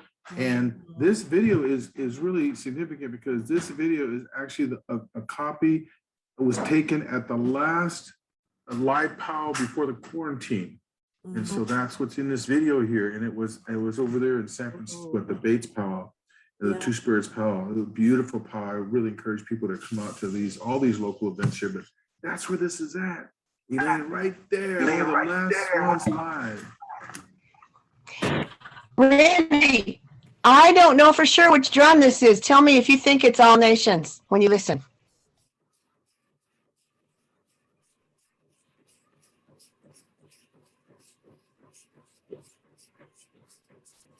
I'm not hearing a drum right now. I'm not hearing it either. Maybe because Richard is still on the screen. We all mute her. Oh. So beautiful. Which one is, which outfit is, let's see. He is in the yellow, and it's one of the outfits that was designed and created by Anacita Hernandez, one of our local outfit makers. And she's using an Anacita design when she's out there. I don't see her. Normally, a Lakota dance is a very accomplished fancy shawl dancer, but there she is right there in yellow. Yeah, nice. Uh-oh. Here she comes. Oh, beautiful. And her daughter, Achi's taken this video. Achi was only about 9 at the time. So I think she did a real good job. Yeah, that's awesome. Elaine, this powwow takes place at Fort Mason Center in San Francisco, which is right on the bay. People love to go outside and get their picture taken there. There's her footwork. Go, girl.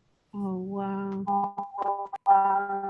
I only know her in the committee meetings. I've never seen her dance. Whoa, beautiful. Oh, you haven't seen Lakota. Lakota is a fabulous dancer. She really dances with the spirit of the power.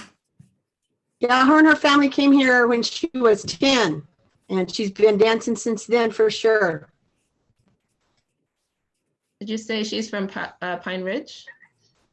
No, I don't know which, I just know she's Oklahoma, but I don't know where exactly she was born. And this powwow is the Two-Spirit powwow, American Indian Two-Spirit powwow.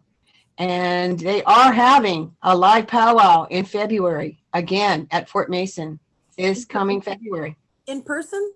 In person, that's what they said. That's what they put out, yeah. Oh, nice. Obviously, this is fancy shawl jingle combination. Yeah.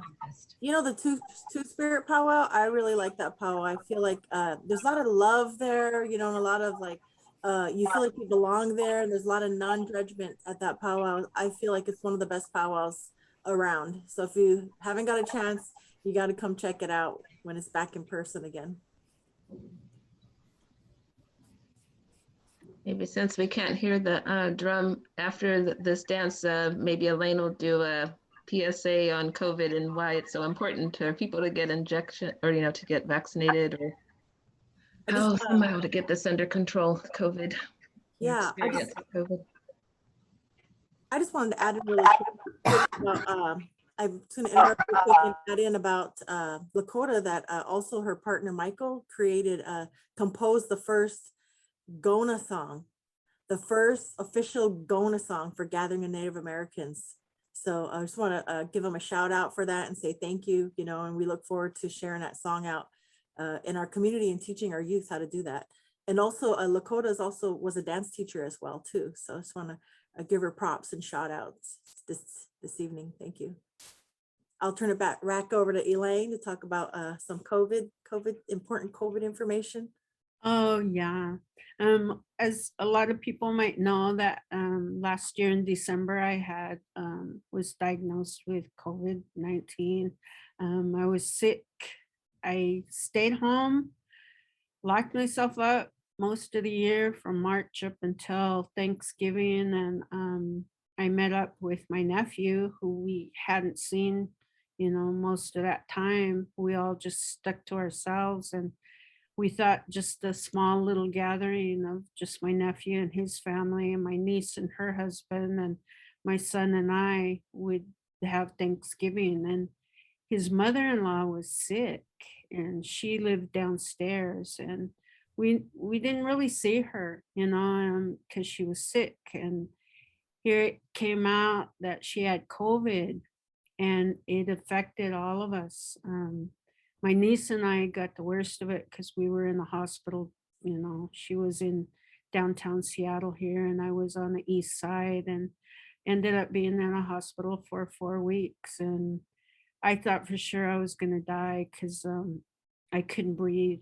It was really difficult to breathe, and I had no problems health wise before except for my little chunkiness, you know. And um, the doctors were telling me that was a good thing for me because I did end up walking out. I had to use a walker for a couple months. It affected my muscles, all my muscles, not just my leg muscles. I still have some difficulty. My son helps me. We threw out my walker though because I told him I didn't want to use it. I'm not going to use it. I'm going to be strong and get better. I still have issues with my lungs, you know, and I've never had any lung problems either before COVID. And that's why I have a t-shirt from Northern Exposure, or not Northern, but Smoke Signals, how they say you better get vaccinated because it's a whole different country out there, cousin. Because it is, you know, when I got out of the hospital, the doctor said that I would get the vaccination when it came out, and I was on the list, and I did get it. And because that's something I don't want to wish on anyone, you know, even your worst enemy. I would never wish COVID on because it is a life-threatening disease. I've lost family members to COVID. One of my best friends' brother, we're not blood related, but he had passed away, and he was one of my inspirations because he texted me in the hospital. He's like, "Sister, you better get better, you know, because I got some new stuff I'm gonna write for you," because he used to write some of my comedy for me, and so he kept me going, you know, in the hospital. Him and my son and my two sisters, they kept my aunt. They kept me going and kept me positive, and then to thinking about my granddaughter because I want to teach her everything about our people, you know, how I was raised. I was raised here in Seattle, but my parents were both very traditional people, and I was brought up in a traditional way. We speak our language, and my mom taught my son, and my son is teaching my granddaughter. So it surprises me sometimes when she comes to visit and she'll talk to me and I'll look at her and I almost want to cry, but I don't, you know, because I'm happy she's learning our language too. And so that's why I stress, please get vaccinated. Think about the elders. Think about people with asthma because it affects people with asthma and heart disease, kidney failure. You know, they're the ones that are paying for this. And it's a scary thing, you know, because like I said, I was healthy before, but now I have lung issues, muscle issues. My hair fell. I used to have thicker hair, but it's a lot thinner. And some people say, you know, that, oh, it's just, you know, government thing. It's not, it's real. It affected me. And I'm always pushing that, please get vaccinated. Think about your loved ones that have health issues, and our young ones too, because it's starting to affect the young children now too. I have a friend, her little one is sick now. And so I just pray, you know, that little one gets out of there like I did. Yeah. Got to be strong. And I used a lot of our traditional medicines. I have an auntie from California that sent me some medicine, and my own family, my sister sent me medicine. So I boiled it up and I drank it, and I'm here today. And I thank Creator every day when I wake up because I'm blessed with another day of life, you know, because last year in December, I didn't know if I'd ever be here again, you know, so wow. scary. Yeah, I'm so happy you're still here. I'm so thankful and grateful to have you here with us still. I'm so thankful that you made it through that. Wow, that's a lot. Yep, yep, it is. It was scary. It was a scary part of my life that, really hit too close to home. And my niece still has issues also. So, I pray for her. But she moved to Florida, and I guess I'll have to go to Florida to visit her.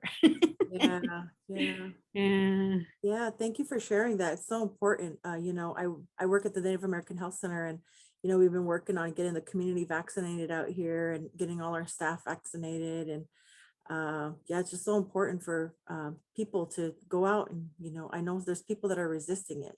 Right, Um, right. and It's crazy because my great grandma, I used to drive, my mom always drove my grandmas around. And when I got to the point where I was able to drive, and my mom would be asleep in the back, and I'd be driving, and my great grandma would be sitting there, and she'd be looking out the window, and she'd talk about things. And now when I look back on our convo, she's seen this coming. It's crazy because I was like, it was like deja vu, talking to my grandma, because I was like, she's seeing all of this coming. And we have to listen, we really have to listen to our elders, yeah, yeah. our traditions. And Yeah. Aurora, you could actually tell people, right? There's free vaccinations. They can go Yes, to any yes. local pharmacy, Kaiser, the health center, the clinic. Yes, we have free a lot of different places you can get vaccinated for free out here, and including at Native American Health Center, right at 3124 International Boulevard in Oakland. Throughout the week, they do free COVID testing, and just look up the website www.nativehealth.org if you need more information on getting vaccinated. And I know, like when we first started vaccinating, we were reaching out to our elders first to make sure that our Native elders in the community were getting vaccinated, and then trickling down to the younger ones and all that. And yeah, there's a lot of different places you can go get vaccinated. So Yes, it's good that you letting people know. Thank you, Elaine. I just want to check something. When you were driving home from the powwow, were you driving backwards or forwards, eh? Only drive backwards in the parking lot. Tried to drive on the street, but the cops, they stopped me, and then I was like, "Don't you know who I am?" Thank you. Some of them know, though. Some of them know, like where I live, they've seen Northern Exposure because some of them worked on set. So when they stop me, the older ones, they're like, "Miss Miles," and I know I was going too fast, or, well, hey, I wanted to get that parking, so I went backwards. I didn't hit no one,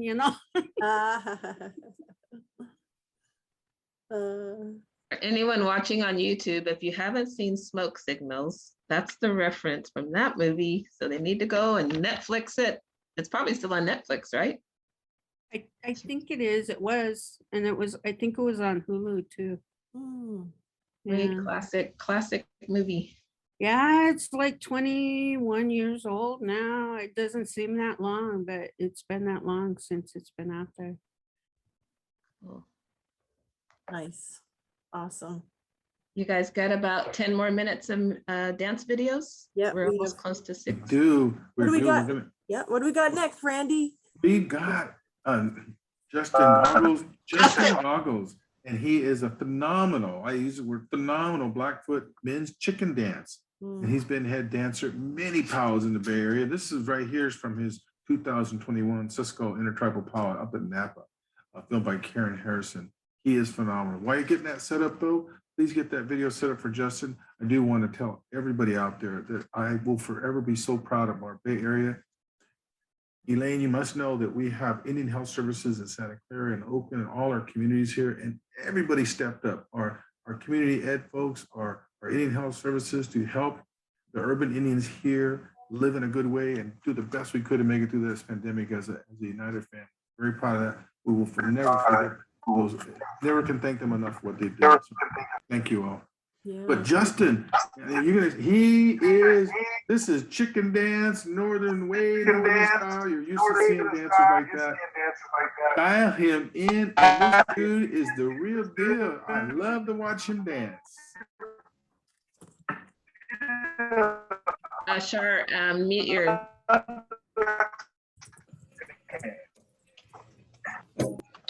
Mute your.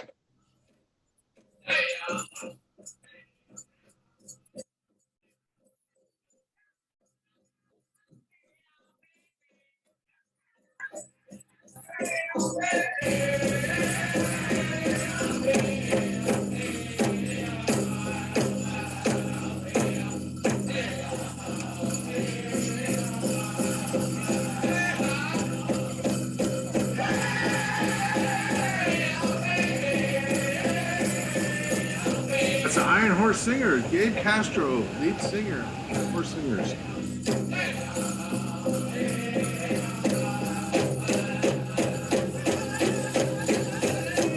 How about a round of applause for our hitman dancer, Justin Galgo, Nova Miracle, Blackfeet Nation.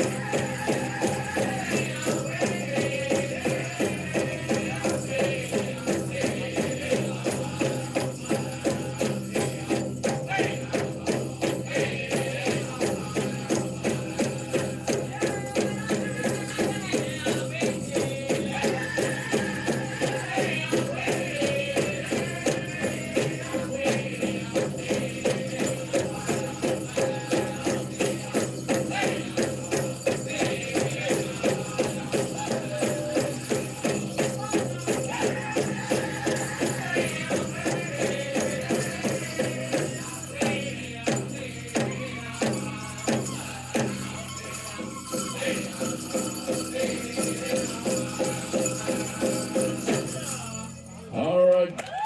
Right. Hutcha. Good job. I love watching him dance, don't you? That was a good one. I enjoyed it. Such an awesome dancer. But you cannot appreciate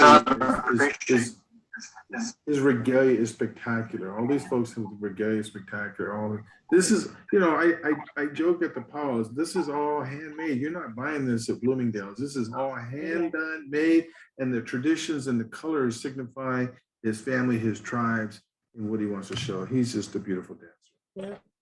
And one thing I want to add is I'm really excited and happy that he's recently now a member of Native American Health Center staff. So I get to work with him, and we're just so happy and proud to have him, and as well as Darren Henson, who danced earlier too. And they could work anywhere else, but they choose to work here at the Native American Health Center. I need a job. Hire me. Take me too.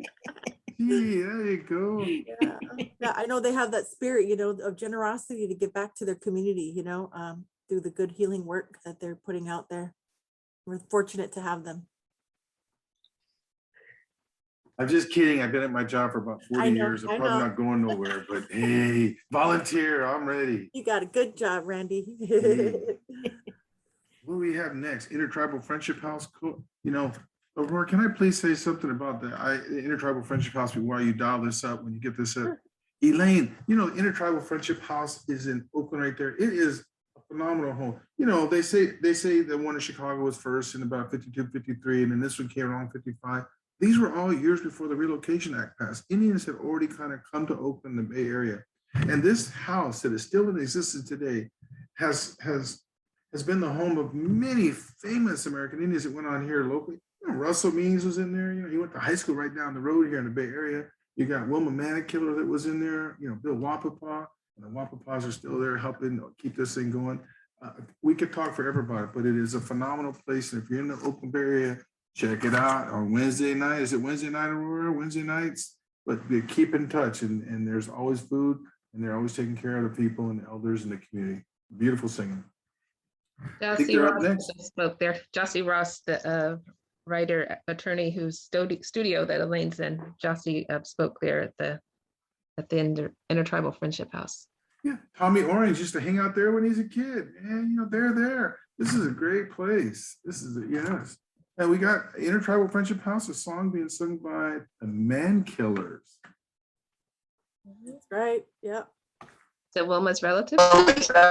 Let me interrupt here. No. The Man Killer drum, the Man Killer Women's Drum was formed and named itself Man Killers in honor of Wilma Man Killer, the first female chief of the Cherokee Nation. At the end of this video, which is made by board members and staff at IFH, Maggie Steele is singing a song. She's one of the singers from Man Killers. And she went to IFH for a youth conference event. And she gathered with the youth. This is what she does.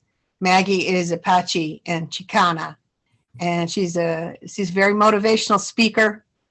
And she gathered a couple of the youth and taught them this Man Killer song that she sings at the end of it. And it's lovely. And I like. Thank you, Shar. Osio, Danzo, Ahihi. Hello, my name is Lisa Dodson Young. I'm Cherokee, Hickory, Apache, and Taos Pueblo. I am a current board member for the Intertribal Friendship House, known as IFH, the Urban Res. The mission of IFH is to promote the ability of Native people to thrive in an urban environment through ceremony, traditions, and cultural connection, to provide a safe environment to strengthen cultural identity, promote healthy intergenerational healing, and support the development of extended family.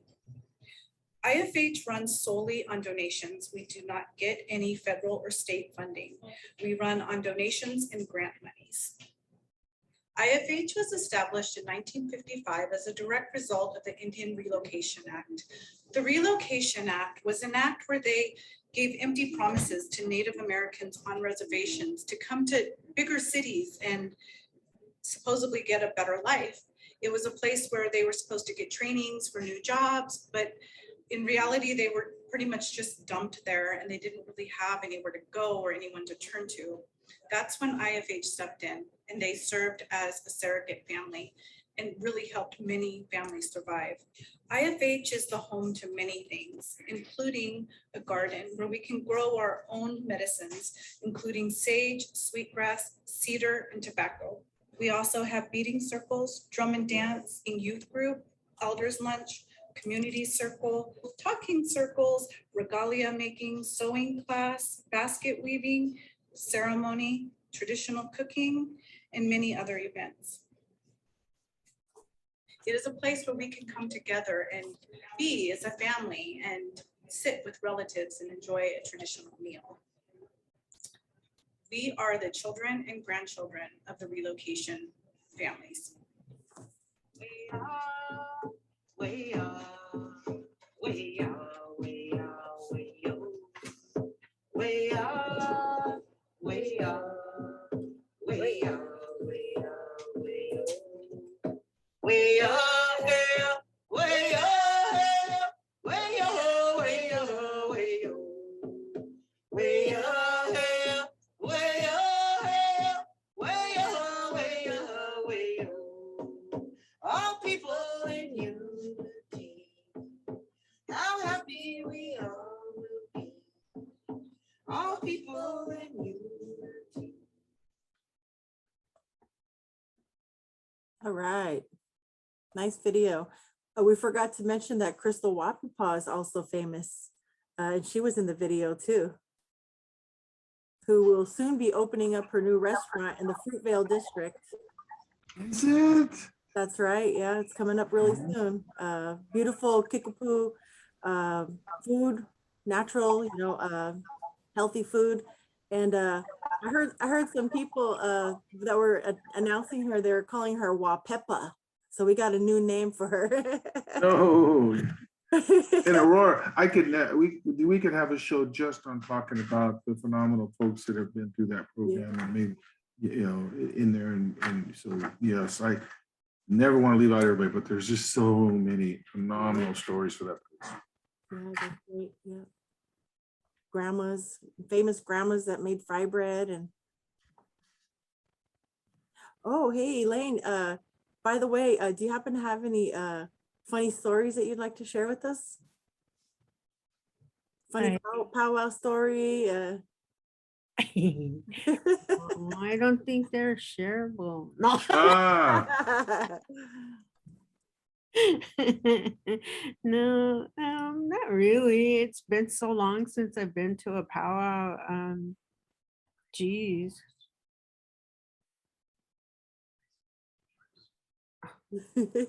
My son is telling me something, but no.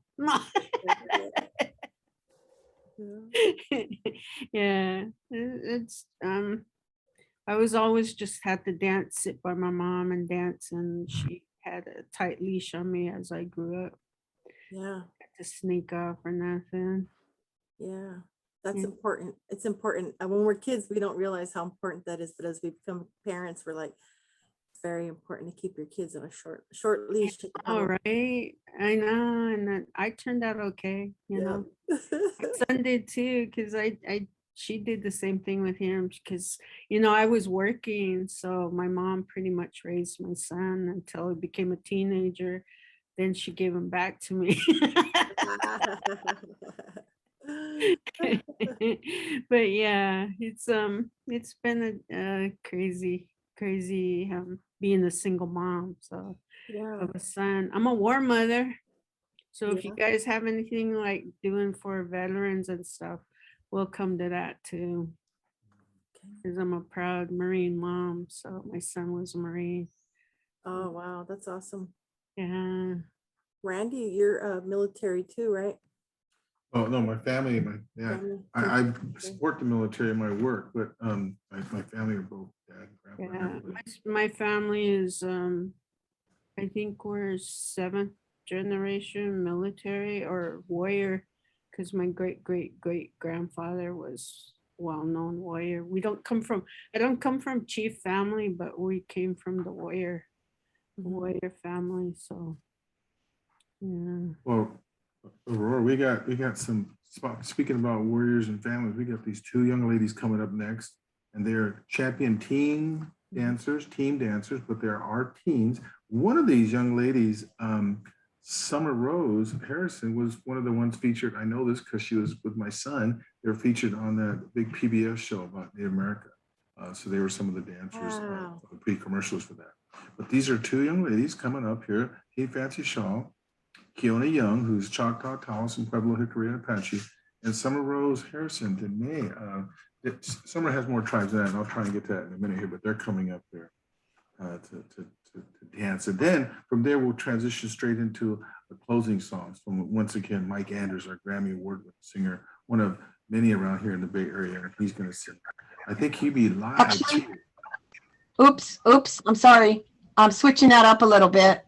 I want to have after Kiona and Summer, I'll make a couple of closing comments and you guys can chip in and say too. And then Mike will be our very last thing. We'll close the Zoom after Mike's song. I want that to be echoing in our ears. Shar, will we still go to the teens? Well, we should go to these young ladies next. Are they still going to go to them? All right.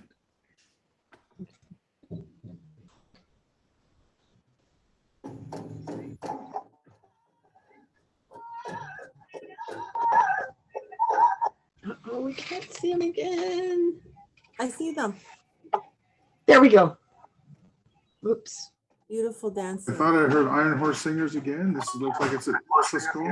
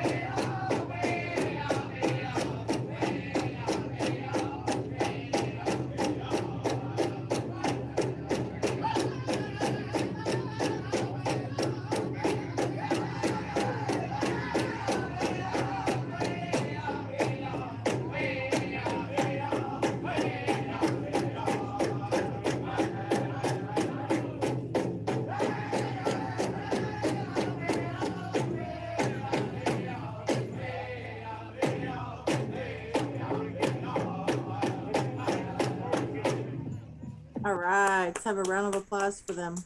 Beautiful dancing. Summer's the daughter of Dawila Harrison, who's also a fancy shawl dancer, and who was the daughter of Karen Harrison, who's also I believe, a northern traditional dancer. Is that right, Randy? I think so. Yes, but one of the things you see there is you really can see how that dance is compared to ballet oftentimes because of the footwork and the beautifulness of that. And that's the one that they oftentimes compare that. It's a very fast moving dance. If you could see it in live, it's another spectacular dance style that beautiful Native America brings to the audience. Yes. Awesome. So I'm going to lean to you, Aurora, because I think Shar has changed up a bit, so we should get some direction from the director here. That's Shar, what should we? I really just want to make some thank yous here. I don't want to leave out anyone on our powwow committee because we meet on a regular basis, and that's John Curl, Hallie Fraser, Gino Baricello, Nanette Dietz, Lakota Holder, Moni Law, Paloma Cruz, and Serama Bajo. And I'm afraid I'll get teary thinking about all the people that have helped put this on. And have showed up and said, yeah, I'll do this. And it's been a lot of hard work because we wanted to have it live. And we started off that way. And then we didn't switch to video or to virtual till a month ago. So, and the people out in the wider community, you know, all the folks that have been mentioned, and all the organizations have been mentioned, and some of the ones that didn't get videos in, like American Indian Film Festival and American Indian Child Resource Center. And it's just a wonderful community. And I want to thank our committee members for their commitments and for following through and for showing up time after time. And the city of Berkeley and the staff there who give us a lot of encouragement when we face, the red tape that you have to go through sometimes for stuff like this. And I just didn't want to let it go by without mentioning some people. And you, Randy and Aurora, very dear to me. And I can't say what a pleasure it's been to hear from Elaine and to hear her story of the last year and a half or so. And it's just a beautiful thing to have you all here. I think that's about as crazy as I can get. And Intertribal Friendship House staff, Roman and the gals over there, and Carol and everybody, and Rachel Curl, thank you for showing up when we tried real hard to get tech help, and thanks, Rachel, for helping out. And Randy, closing comment from you, from Aurora, Elaine, and then we'll be going to Mike Andrews. John, that's going to be on video. He should be getting on Zoom in a minute. Well, thank you, Sharon. It is a great honor and privilege to get to be a part of this phenomenal power that means so much to the Bay Area and the nation now. I know that in my heart. I can't thank enough for the Bay Area folks. We have so many heroes here in the Bay Area that help us reminding us. We talk about back home. Many of us talk about back home and our families there. My family, my mother still lives on a reservation, the same place my father is there when he passed. But when you come here and you come to an urban environment, we need each other. We need each other to help us stay strong, to help us be successful in this environment that is sometimes tough. And so I'm blessed to have left the res and come here and call this my home now. And to all you out there, I thank you very much. It's an honor and privilege to work with you, Elaine and Aurora. You're beautiful in every way that I can say that to you without getting in trouble, because I love your voice. I love to watch you dance, and you're a beautiful person. And you walk in, as my wife would say, you walk in beauty. To some of our elders that we lost last year, I pray for your families that we can recover from this and come back in a good way, just to see ourselves together and share space with each other. Thank you. Thank you, Randy. I just want to also thank the committee, thank Shar for having me as a co-MC the second time around. And I'm honored to be able to work with you, Randy, and as you guide me and, give some direction on that, and look forward to returning back in person when we all can dance together again. And Elaine, I'm so happy to have been on this call with you today. And I look forward to seeing you in person too and dancing together soon. Yes. Thank you. Thank you for having me. It's an honor and privilege to have taken part in this. It's nice to meet both you and Randy, Aurora. And yes, I'll be there at the powwow sometime, hopefully soon. Thank you, Moni, for asking me. Thank you, Jossie Ross, for letting us use the studio. Thank you, Keith, for setting it up. Thank you to my son for getting me here. And I'm gonna have to leave because we've got to get back to the east side. But I appreciate this and I hope you all enjoyed it. I know I enjoyed it. I love hearing the music and watching the dancers. So thank you for having me. And we'll see everybody on Saturday, October 9th, 2022 for the 30th annual Indigenous Peoples Day Powwow at Martin Luther King Jr.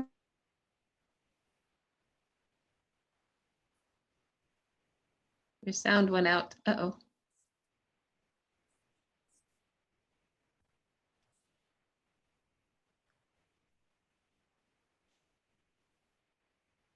October 9th, 2022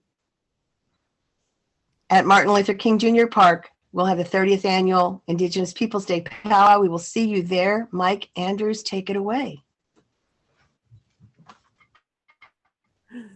Hello. Can you all hear me? We hear you, Mike. Looking That's good. good.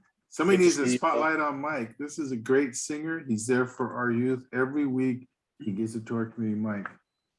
No, Bless thank you you. always. Yeah, I got asked to sing like a closing song, so thank you to the committee. I'll sing a song that I composed, I guess, during the pandemic, and had a lot of. We didn't really go traveling this year to powwows. Usually, we kind of take some time off work and go off to different powwows throughout the country. But so I had some creative time, and I thought this would be kind of appropriate song to kind of end it. In this Indigenous Peoples Day event with. So yeah, I'll just take it away.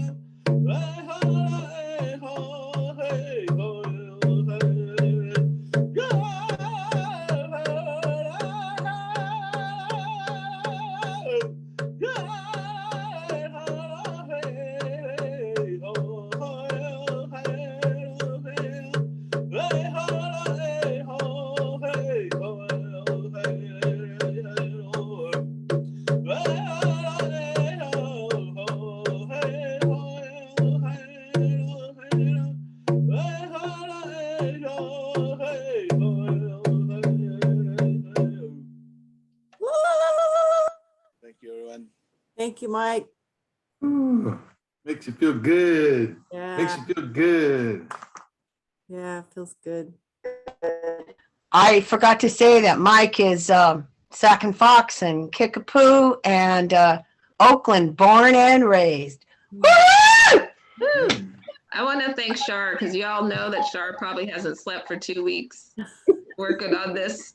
She's gonna go take a long nap. John also probably, but she's up till 3 in the morning I want to give honor to my ancestors too, Choctaw on my mom's side, and just all the people here. It was an honor to be a part of this. I appreciate being involved and included. So thank you very much. Oh, and honor to my sister, Johanna Senator, who made this beautiful medallion for my mom who passed 2 years ago. She made one for me also that I didn't wear today, but blessings to everyone. It was a beautiful day. Next year in person. Yes. Home at Takiase. Oh. All right. Good night.